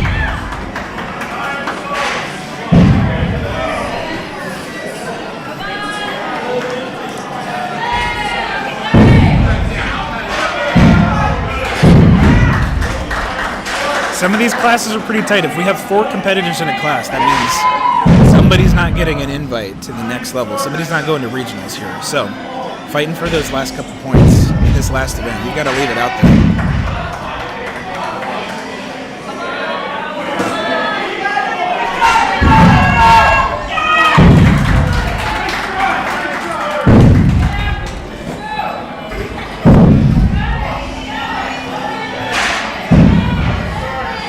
If you haven't touched an Atlas stone before,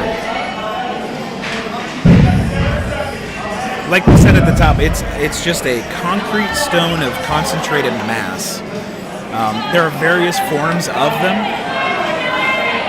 If the concrete is pretty freshly poured, if this is a relatively new stone, it will be pretty smooth, pretty difficult to work with because the natural ridges and the natural chips make great grips for an Atlas stone. So typically the older and more used the stone gets, the more easy it is to get it up and over.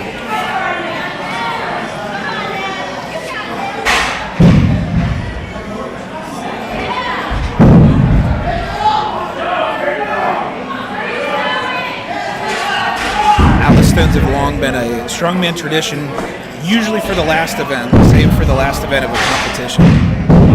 It is not a lot of better tests to see what else you've got in the tank after 4 grueling events. Especially today where there's a lot of posterior chain, central nervous system involvement. Your back's taking a beating. Your cardio system has been tested.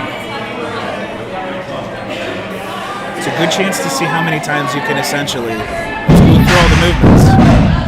You're deadlifting or RDLing, Romanian deadlifting, an Atlas stone up in your lap. You're sitting in a relatively deep squat. You're rowing that Atlas stone against your core, into your body, bracing against it. That's why if you're asking if there is an interesting looking spine, traditionally if you're deadlifting, you don't exactly want that rounded of a spine. With Atlas stones, why the curved spine is okay is you're bracing against this stone. For another lift, not exactly advised, but the positioning that you're in is really pretty safe because of the way that you're bracing your core, your obliques, your lower back against it. So you'll see here in the first lane, we want to shout this out. We've got Amanda, who seems to be the last woman standing in the novice women's class. I believe she just took it. So what happens if you are the last person standing, but you still haven't had enough reps to win the event? What they're going to do is give you a 15-second amount of time to basically roll it back to you and then start your pick. So going back to the explanation, you've got two athletes that have 30 seconds once they receive the stone to send it back over. So you can wait a little bit, you can get it back over the yoke. If you're the last person standing and you've still got points to go, they'll shove it back under the yoke, give you 15 seconds to restart that 30-second timer. And you just keep going. Chris in the chat, is tacky allowed? Tacky is not allowed for this event. This is chalk grit. There's no grip shirts. There's no tacky. Let a lot of people asking on tacky for the stone. So traditionally, like we were talking about at the top, tacky is used. Tacky is a sticky, waxy substance that's pretty difficult to work with, but it gives you a much more enhanced grip. You'll see a lot of people making spider webs of it. You'll see a lot of people putting it on their forearms before a stone lift.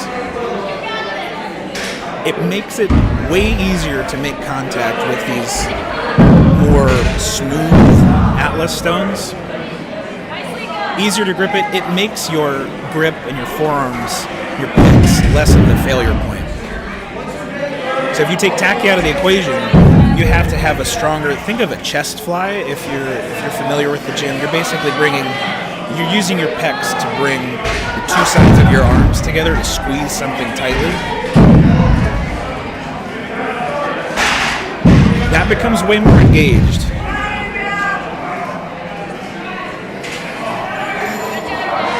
I think we'll get some clarifications on some scores pretty soon here.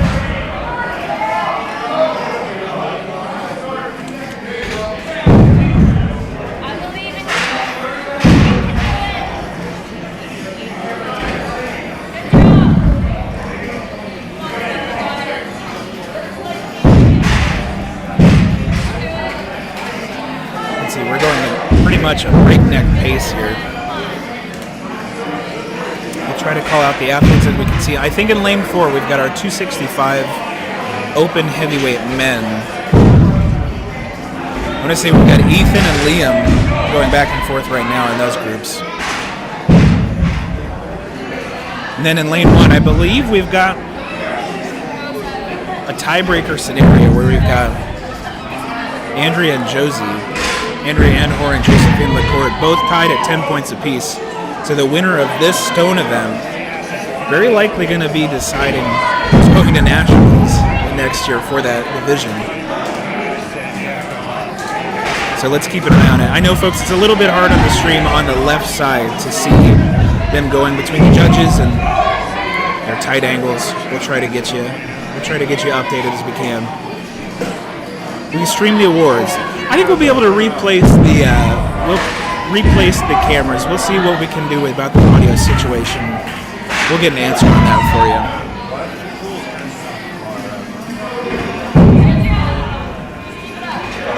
Just hanging in there with the stones.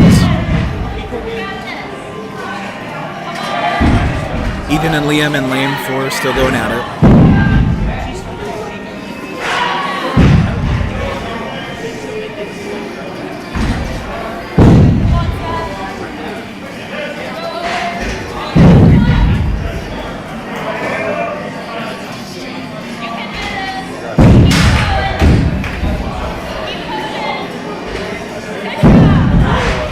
Watching at home and you saw the first event, our Max Christmas Tree Press, the Max Log, there are a lot of similarities with your body positioning on this lift. It's obviously not a traditional deadlift. It's obviously not a traditional squat or really anything. There's a lot of pieces and parts that are involved with it.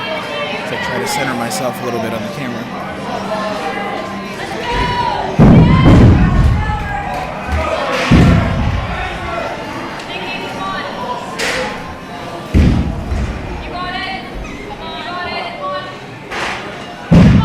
To walk you through some of the mechanics, it's different for every athlete, so I hate to be the guy that says it depends, but it depends on the person. What you're doing is basically pulling a deficit Romanian deadlift, a pretty steep deficit Romanian deadlift, added to a chest fly hold, a pec deck hold, to squeeze those arms together and actually get contact with the stone so it's gripping up into your lap. You get it to your lap, You get settled, reposition a little bit. And then it simulates a little bit the bottom of a front squat, where you've got this heavy weight loaded in front of you, counterbalancing your back, your glutes a little bit. And not only do you have to pull it up, you got to roll it up your body, but it has to go forward over the bar too.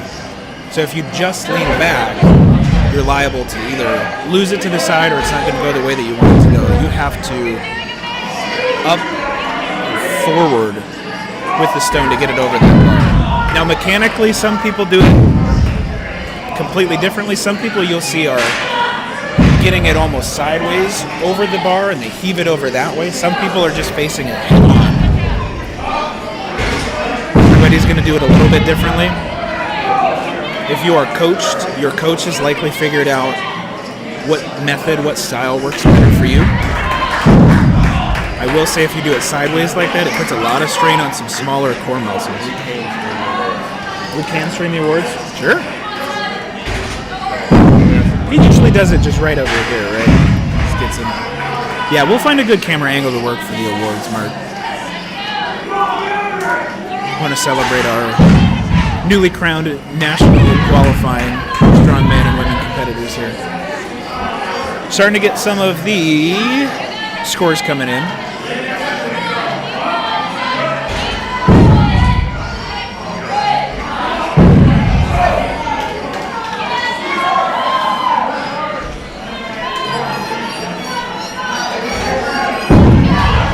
Shout out the link one more time. If you're on the YouTube live stream, the link that's pinned at the top of the chat is the Iron Podium link. This is the score sheet. It looks like, not to break from it, but it looks like Josephine Lacourte in our open women's middleweight, the 160 class, is still standing. She's been standing for a while, too. You'll remember that was a pretty tightly contested class. See how far she can keep going.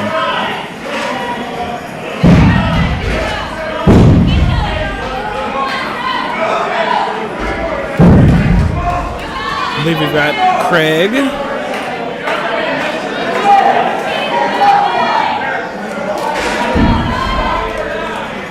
Craig's in lane 4, putting up a solid stone performance so far.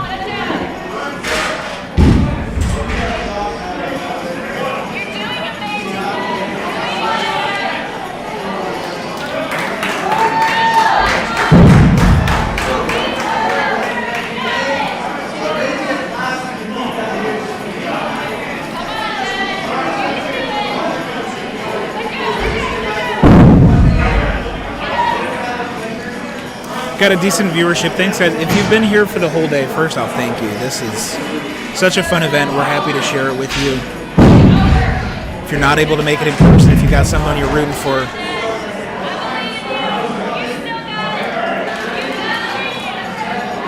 year over year, these productions just keep getting better.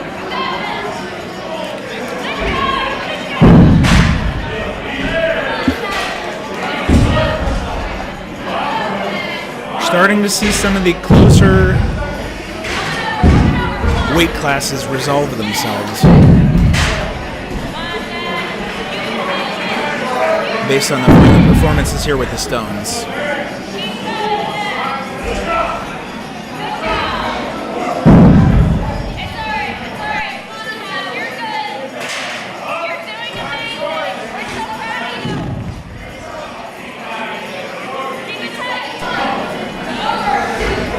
I'm going to give a final shout out to in lane 1. Lane 1, we have our Masters 70 plus competitor, Lenny Miller. A commanding lead in his division the entire day. Putting in, I don't think you can say anything more than a heroic, just a heroic performance.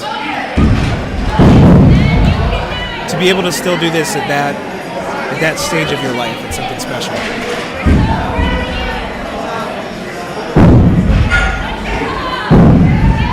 Craig's hanging in there in lane 4. I believe we've got, if I'm not mistaken, we've got Tyler.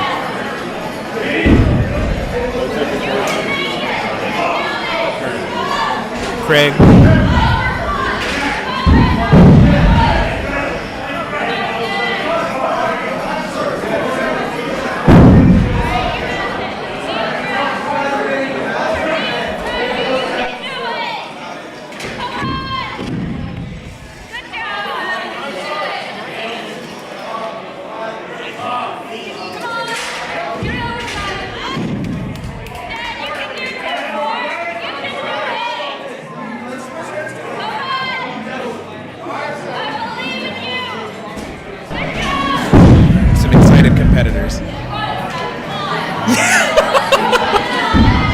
love them. How'd it go?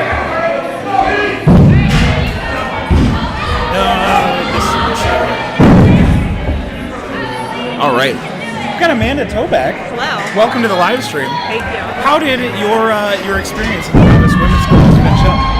So it went a lot better than anticipated. Especially only having competed twice in Strongman, and I've only been training for the last 6 months in Strongman. No big deal. Taking a win. So, do you know how the qualification works for the Novice division? Is this a qualifier or is this a? It is. Right now, we'll find out. We'll find out for the stream. How does this compare? So I know. How is this compared to other athletic things that you've done so far? CrossFit, Olympic weightlifting. Why this? It's definitely something different. It's strength all around. Yes, it's a little bit of cardio, but compared to CrossFit, it's a lot of cardio. Compared to Olympic weightlifting, just strength. So it definitely is the best of both. And I like mixing it up. I think it's made me a better athlete all around it. So yes. I love it. You're not a stranger to physical fitness. You're not a stranger to nutrition, dietetics. Do you have anything that you'd like to promote on the stream? I don't know if there are any rules, so just go for it. What do you do, and why is this important? Yeah, so I think not only as a coach for both Olympic weightlifting and as a nutrition coach, I think competing, also knowing what your athletes are up against, you can relate to them better, and you can know what they're going through, so you can help to better coach them. I think that also makes you a better athlete too. Wonderful. So are you going to continue with that? What's the plan? I am heading to nationals in June, so we'll see how that goes. Women's open lightweight. That's in Colorado. Yes. No big deal. Yes. Okay. Would you go to Colorado if you hadn't qualified? Yes, because my wife is also going to be competing, and we're both going to be competing in women's open lightweight. So. Oh, in the same. Yes. I didn't know that. So that'll be fun. Either way, I was going, but this will definitely. It'll be interesting. That's fun. Awesome. Well, I won't keep you. I know you want to start celebrating. Is she coming over here, or is she? No, she is with her family today. She's watching from the live stream. Everybody at home is watching from the live stream. So. Shout out. Fantastic. Cool. I'll let you get back to it. Congratulations. Thank you. Fantastic job. We'll see you later. Yes. Shout out to Amanda. Amanda winning the novice women's division here. Cutting it close. It was 13 to 12 points in that division.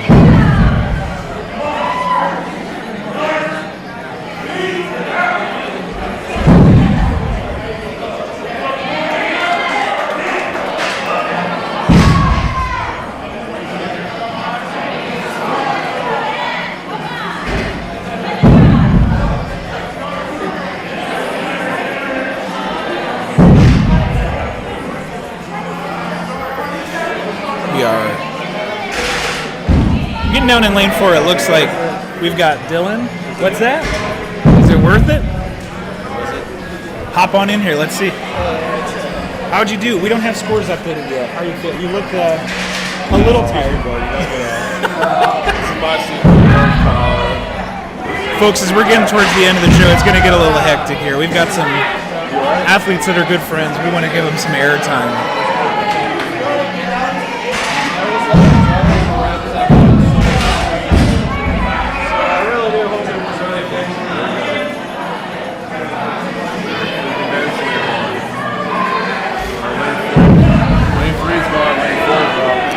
Lane 3's down, so we're getting. Lane 1 is our Masters men. Got lane 4 with our open super heavyweights. And just a shout out Amanda, who is just on stream with me here. Amanda, registered dietitian. Amanda_proactive with no E health on Instagram. She's got a lot of athletes here that have worked with her for nutrition coaching, really putting her money where her mouth is, I think is how we'll put it. This takes a special type of fueling if you're an athlete. And check out what Amanda's got on her Instagram. That's Amanda_proreactive, PROREACTIV health on Instagram.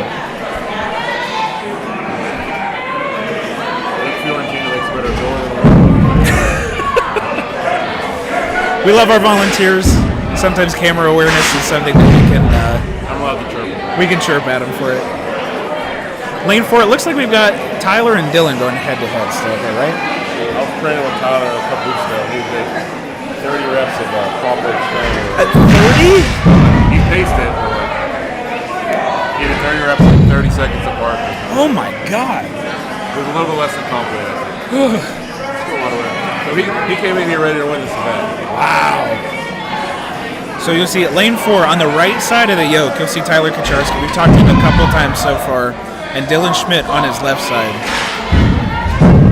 Dante next to me saying that Tyler has hit upwards of 30 reps near comp weight in prep. So as long as Tyler's lungs, as long as his lungs hang in there, he may be standing for a while.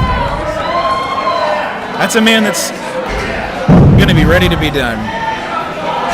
In the first lane, we've got our masters, man. We've got Eric Von Hock. Stone's one of his favorite events here. Let's see if he can, goodness, continue to just motor through these.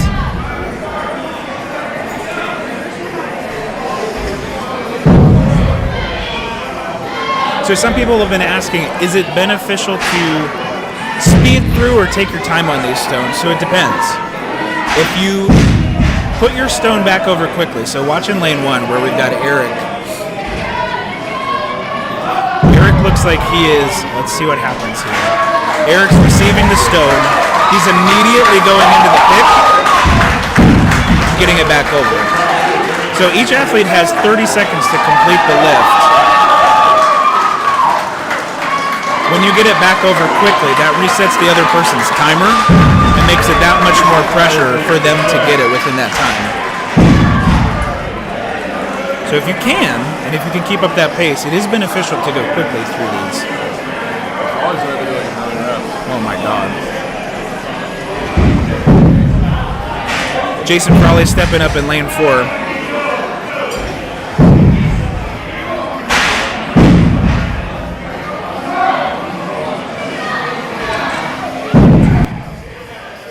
Jason Frawley with a 4.5-point lead over second place and a 5-point lead over Tyler Kaczarski, who is just not stopping on these stones. So if you're game planning, if you're playing chess here, Frawley doesn't have to hit the same amount of stones as Tyler. He just has to beat enough people between them to secure that spot. So if Frawley's walking away right now, I would assume that means he knows what he had to do. He had to have enough places between Dylan and Tyler to secure that placing.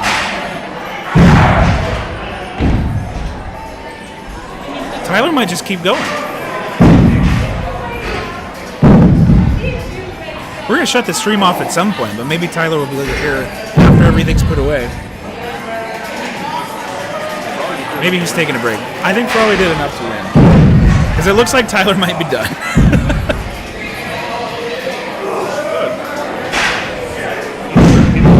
He sure does. Tyler's put in a hell of a performance today.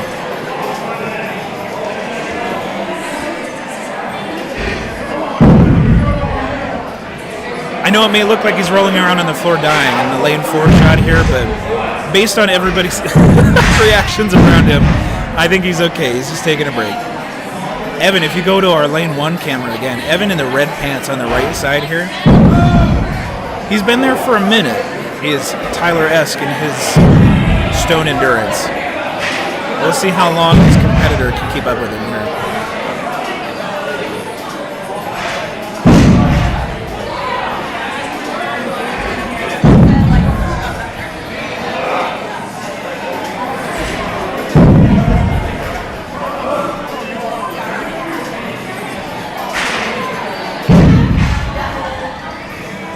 Starting to get some of the scores rolling in. Reminder to check that Iron Podium link on the YouTube chat to see how things are coming through. Looks like some of these tiebreaker scenarios have settled pretty nicely.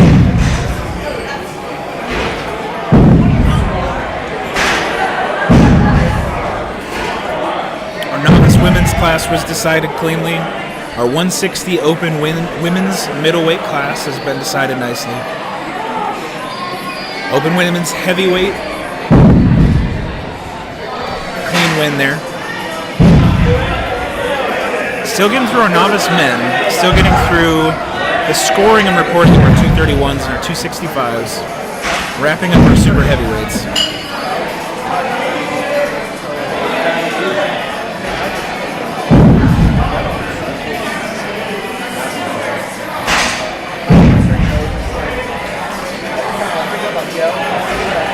Lane 2, they just don't want to stop. Lane 1, Eric's still going. I believe they cycled to another competitor in this class.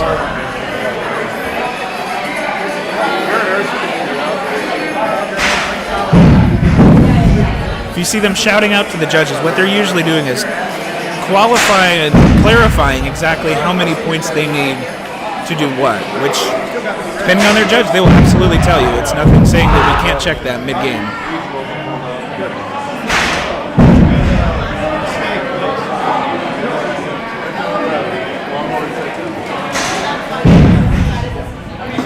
Folks, as we finish up, we're going to have the award ceremonies in a little bit here after these after these crazy people stop with their 20-plus reps. Stick around for the presentation of the trophies. See who qualifies to move on to the next stage. We'll wrap things up pretty quick here.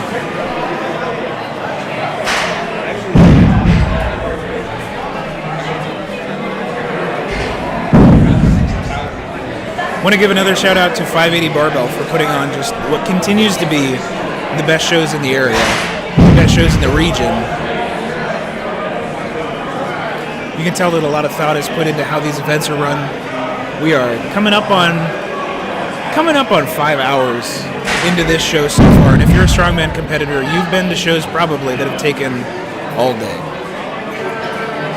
So getting this out the door in a couple hours, not only is it great for the spectators who've probably been watching a while. It's great for the athletes. They want to get home. They want to get fed. They want to take a shower. Able to reset the gym afterwards. It's great for the volunteers. They're cooking. Oh my gosh. Masters. Eric's gone for like 20 reps at this part, at least.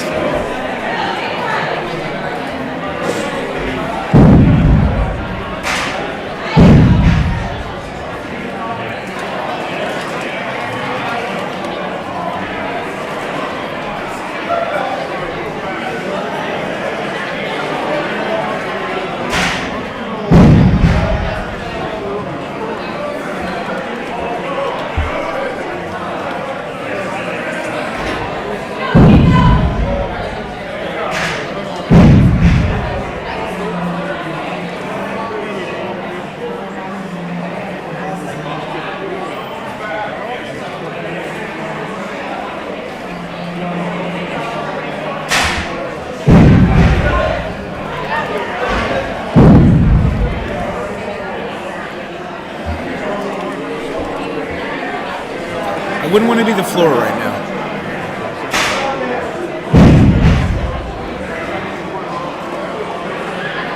We didn't hear exactly how many reps are needed to win, but I don't think Eric's going to stop until he hits that number or his arms fall off.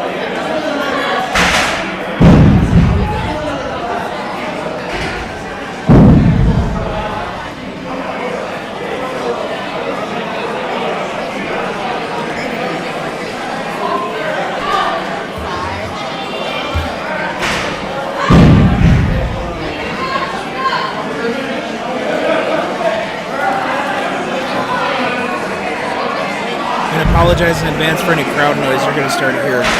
After a Strongman show, it gets a little rambunctious. People are excited. People are having some drops in their adrenaline. Families and friends are here chatting.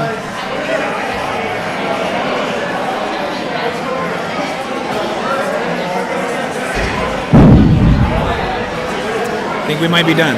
I think the master side is done. We'll try to find out how many reps it took to take it, because my goodness. believe in lane 2 we've got our last man standing here.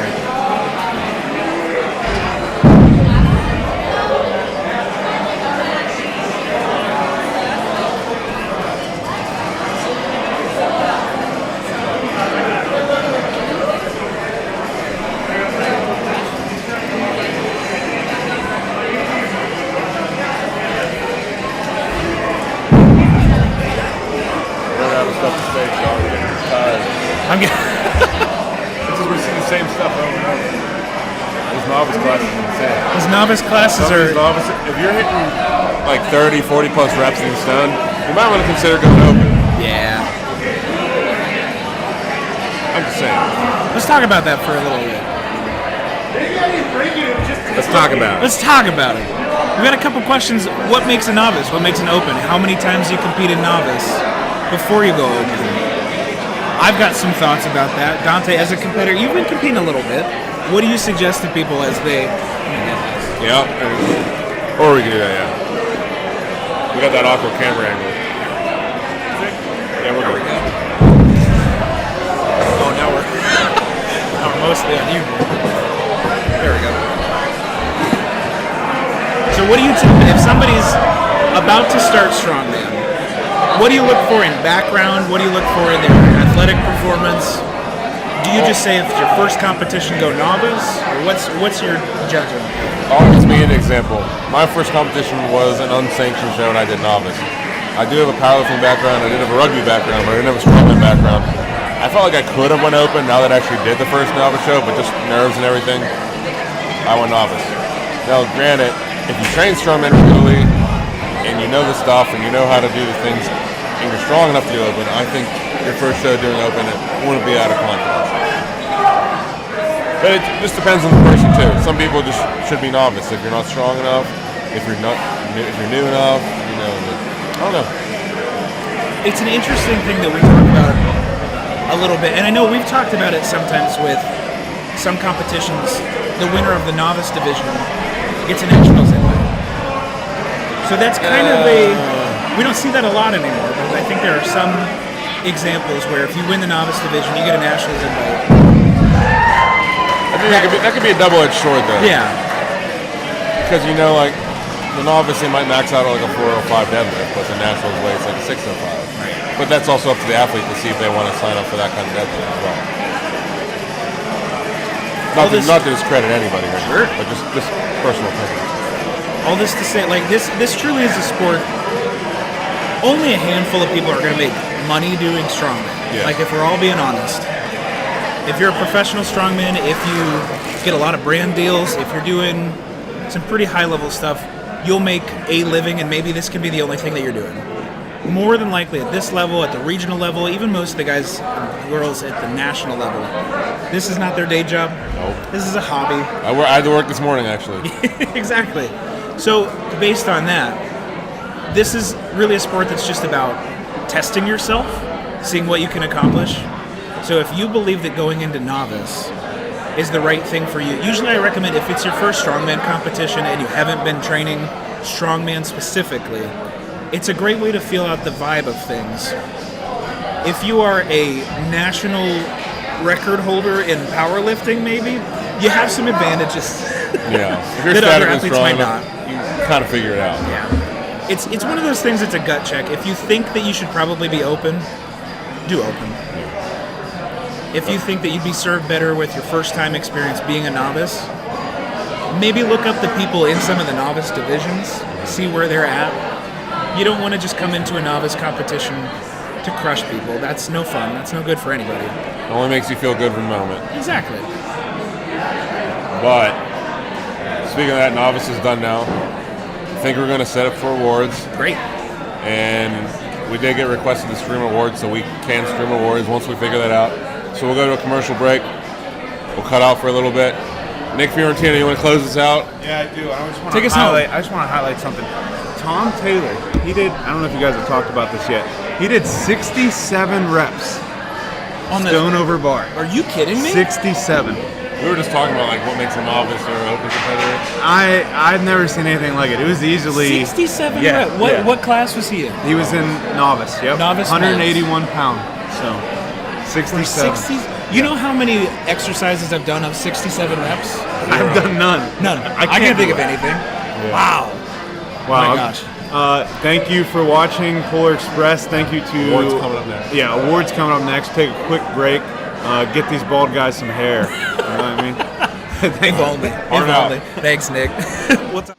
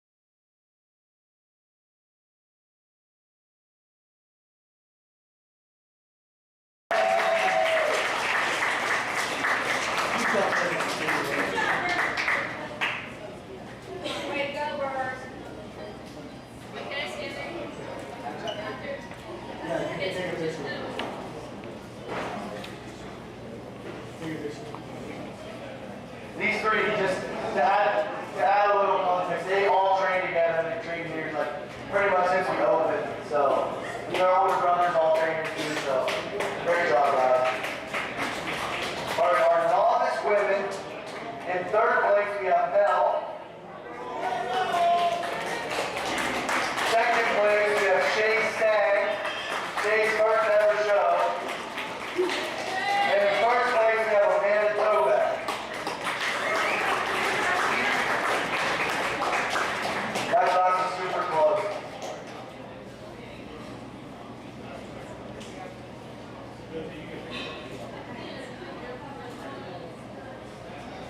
Our next class,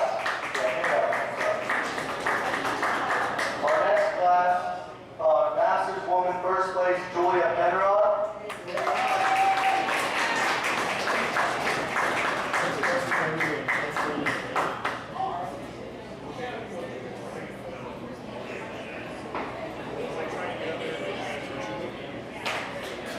Give it up for Julia, guys.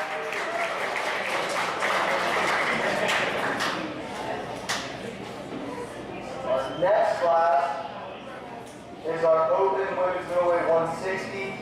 Third place, Caitlin Landis. Second place, Andrea Andor.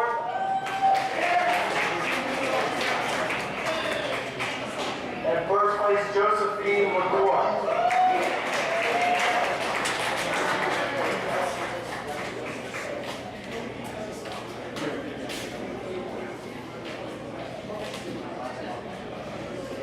Give it up to these ladies.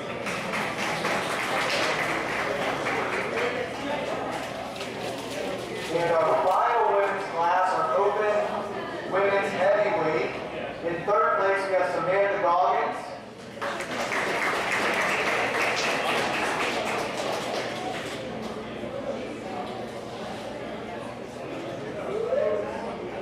In second place, we have Victoria Farley.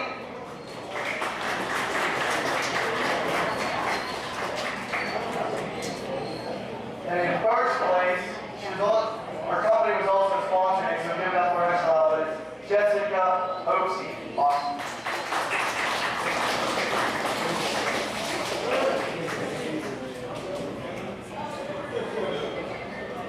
Yes?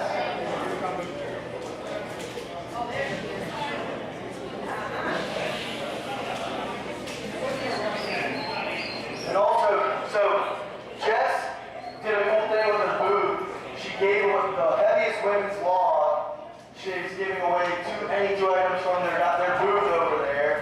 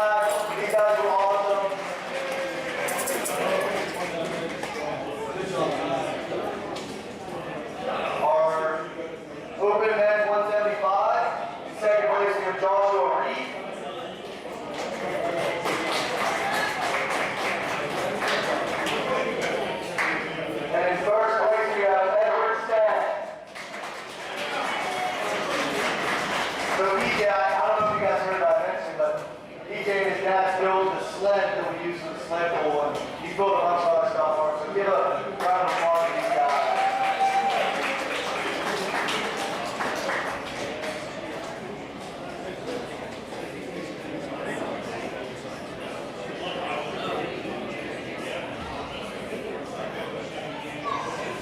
Our next class are 200 men. This is a super close class all day. In third place, we have Christopher Vanderhoven.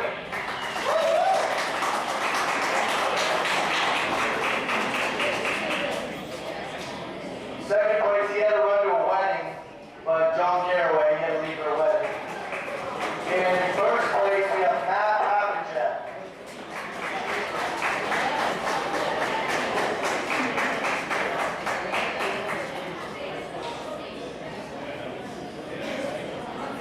Matt and John will actually both get invites to nationals if they had over 6 people in the class. Also in that class, we had a 17-year-old Australian winning the Conan men, 17 years old. So that is really impressive. He did it. Look at that. Give it up for these guys. Our 231 men's class, also 2 national kids. Third place, Ken Daniels.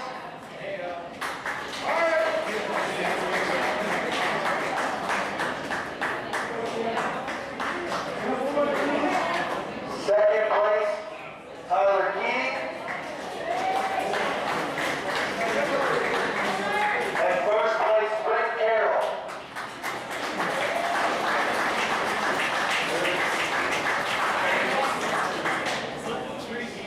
That's all I'm going to say. Give it up one more time. That's all I'm going to say.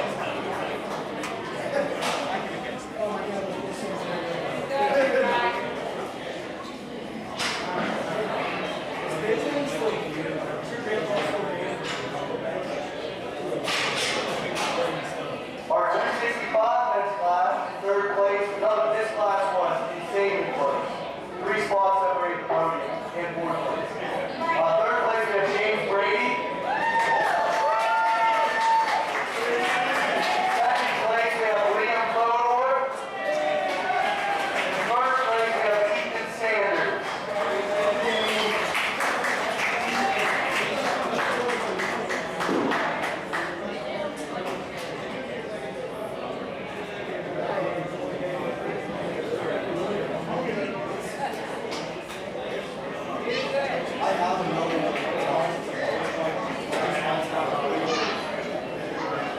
Our masters, then, this is another great class. In third place, David Smith.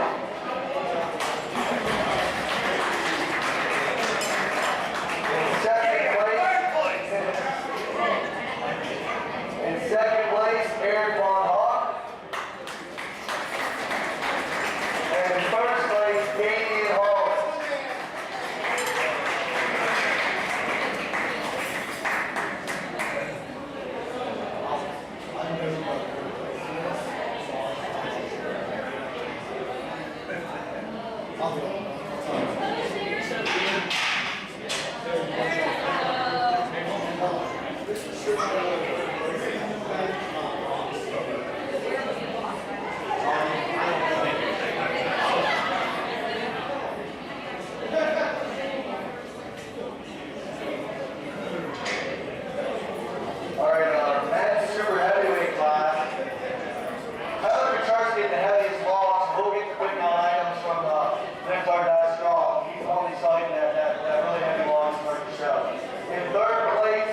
Dylan Schmidt.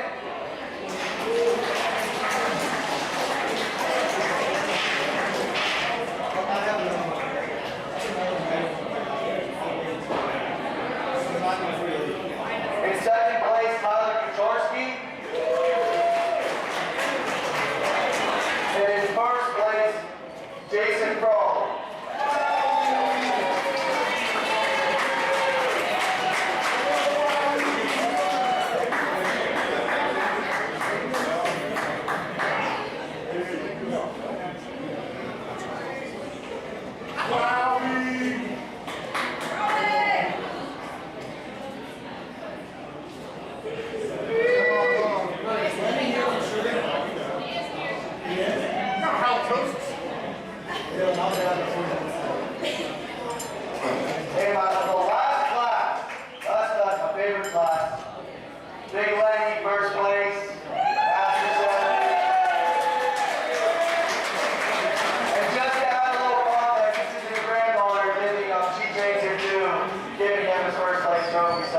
Give it up